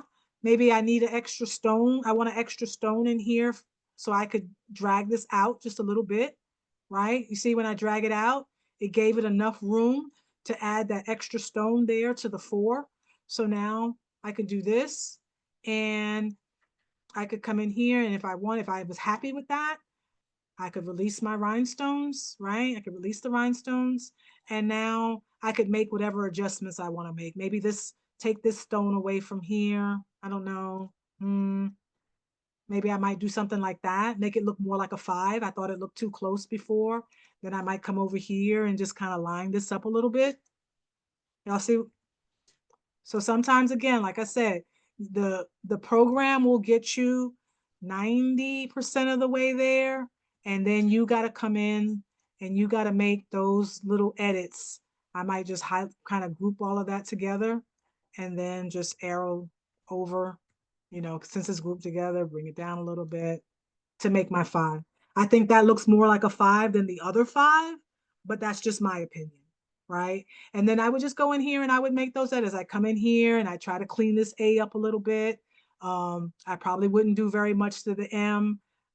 I've released the stones right now. I should have did it before, but this T is a little too close. So I might just try to grab that and try to move that over just a little bit, create a little bit more spacing. But this is how you can, this is how you create your rhinestone templates. Does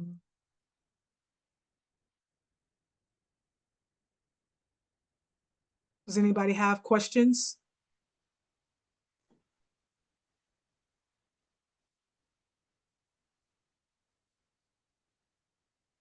And so with this, just like I said, with this, just us doing this little tutorial, just me kind of, showing you, I'm going to stop sharing my screen. With me just showing you this just lets you know that when you go out and you ask someone to create a rhinestone template for you, it's not something that they can do and just boom, click a button and then you're done. It requires some work. But as long as you're willing to put the work in, you can create, something that you could be happy with, something that you could ultimately even sell to somebody else. And the more you practice, the better you're going to get. Okay. So, like I said, this was just really me kind of showing you how I go through making a template. There's a lot, not a lot more, but there'd be more that I would do to those designs to get them to what I really wanted them to be. So I would say sometimes on average, if a simple design like that really I might could spend a good 2 to 3 hours working on it just to clean it up and make it the way that I really want it. Something that was a little bit more intricate might take me a couple of days, but it's doable. So what I tell you to do, you've got some basics, right? Is start with little simple designs. Go out, whether it's Creative Fabrica, whether you're going out to Google, of course, try not to take anybody's, don't infringe on anybody, but, or if you're just doing it for yourself, you're not planning on selling it to anybody or anything like that, then that would be, that's okay. Find you some designs that you can trace and then work with trying to turn those into rhinestone templates. Start small and gradually build on those skills, right? Because as you keep working in it, you'll start intuitively seeing, oh, I need to do this in order for it to look like that, right? If you know your software. If you don't know the software, that's a whole nother animal, right? Because that means you have to learn how to use parts of the software that you may not be aware of. But if you have some knowledge of using Silhouette Studio, the more you do it, the more intuitively it's going to come to you. You're going to go, oh, I need to go out here and I need to go get my drawing tool and I need to go and slice this away, or I need to go in and I might need to subtract this from that. I need to go in and I need to create this offset so that I can create this spacing in between these stones. And I guarantee you, the more you keep doing it, the more it's going to start making sense to you. And then you're going to be like, oh, why couldn't I do this before? But it requires practice. And so, again, I love doing this. I'm happy to show people how to do this. I do teach classes, if people wanted to get in on a group session and it be more interactive. And when I say that, what I mean is that if you have Silhouette Studio, we go through it together, piece by piece. So I do it on my screen, and then you try to follow me along on your end. And if you get stuck along the way, we stop. I allow you to show your screen, and then we try to talk you through where you are having difficulty so that everybody advances at the same pace. So we can do that. I do that in a group setting. And then when I have time, which I don't always have a lot of time, But, if anybody was, like I said, was interested and I could make some time and you wanted to, like have like a one-on-one where you could, we could go through it and do like a one-on-one kind of training session, where I teach you, what I know. So again, like I said, I'm going to do more of these with other different designs, kind of streamline it a little bit. I kind of just did this on the whim, maybe have a little bit more, be a little bit more thought out. But I really wanted to take you through it as I'm doing it, right? Because sometimes I'm doing things and I'm like, oh, no, I don't like that. I want to go back and I want to do it this way, right? And I think sometimes for some people, that's helpful, right? Because they might get to that point and be like, oh, yeah, I don't like that either. Oh, yeah, Tanya went back and she did X, Y, Z. If I already lay out the steps kind of and just go through it, you don't ever see where you make a mistake or you do something that you don't like and how you can go back and change it. So was this a little bit longer than I wanted it to be? Yes. But hopefully, and I'm glad for those of you that were able to stay on, because I know it's a work day tomorrow for a lot of people. I'm on vacation, but for those of you that, were able to stay on, I appreciate you going through this with me. Like I said earlier, anybody who is willing or wants to stay on, who has other questions that they want to ask me, we can go through some things. If it's related to the design, let me know. I'll keep the recording going for the benefit of those that weren't able to stay on. But if you have questions that are related to other design elements, then what I'll go ahead and do is I'll just go ahead and stop the recording. And then that way people aren't having to have to try to figure out, what somebody else who might have a little bit more knowledge is asking because they have no clue because I didn't talk about it during the tutorial. So does anybody have any questions about what we did tonight? The only thing that I have is I missed the beginning. I'm in Wisconsin, so I missed the very beginning because I was still at work. I didn't realize it was starting earlier I got you. than my time. Right, Are right, you right. are you going to post this on like your YouTube or anything? Well, the funny thing about YouTube, well, you know what? I'm gonna see what happens because I do have a YouTube channel, but I'm learning how to use it. And so I've been trying to like upload my videos and it keeps telling me that my videos are too long. So I went into it today and I clicked on something that said either go live or stream. And when I did that, it now says I have 24 hours before I can stream something. So I'm thinking that I'm hoping that that's going to allow me to upload these videos to my YouTube channel so that you can either go back and watch it there. If not, the only other option that I currently have is once the recording renders, what I do is I download it and you could then, and I can put it in either my, on my PayHip site, right?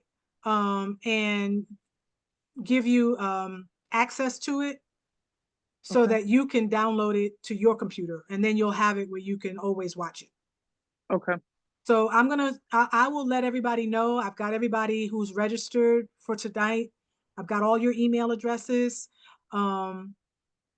I can let you know once it's ready, whether it'll be available on YouTube for you to go back out and watch, or whether you'll have to download it to your computer and then watch, and then you'll always have it and you can watch it there.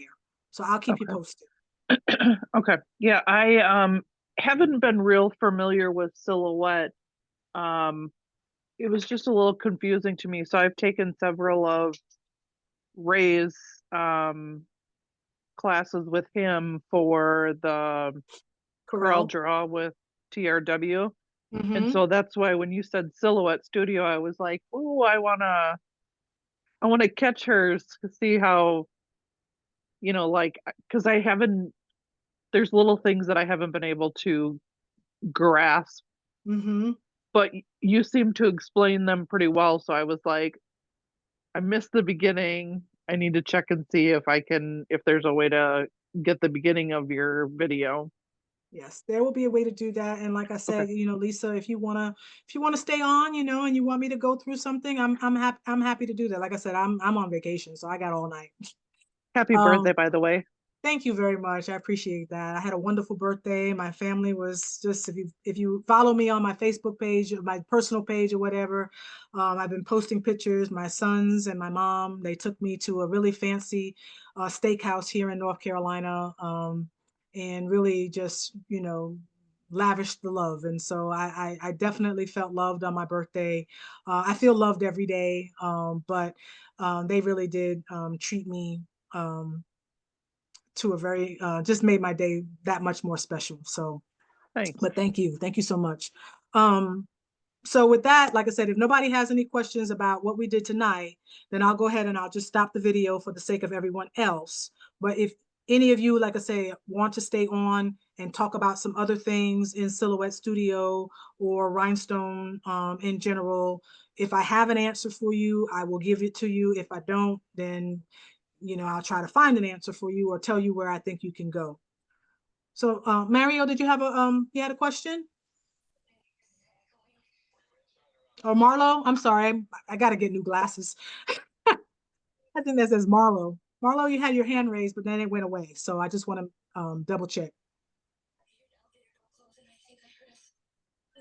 Nope. Okay. All right. So I'm going to stop the recording.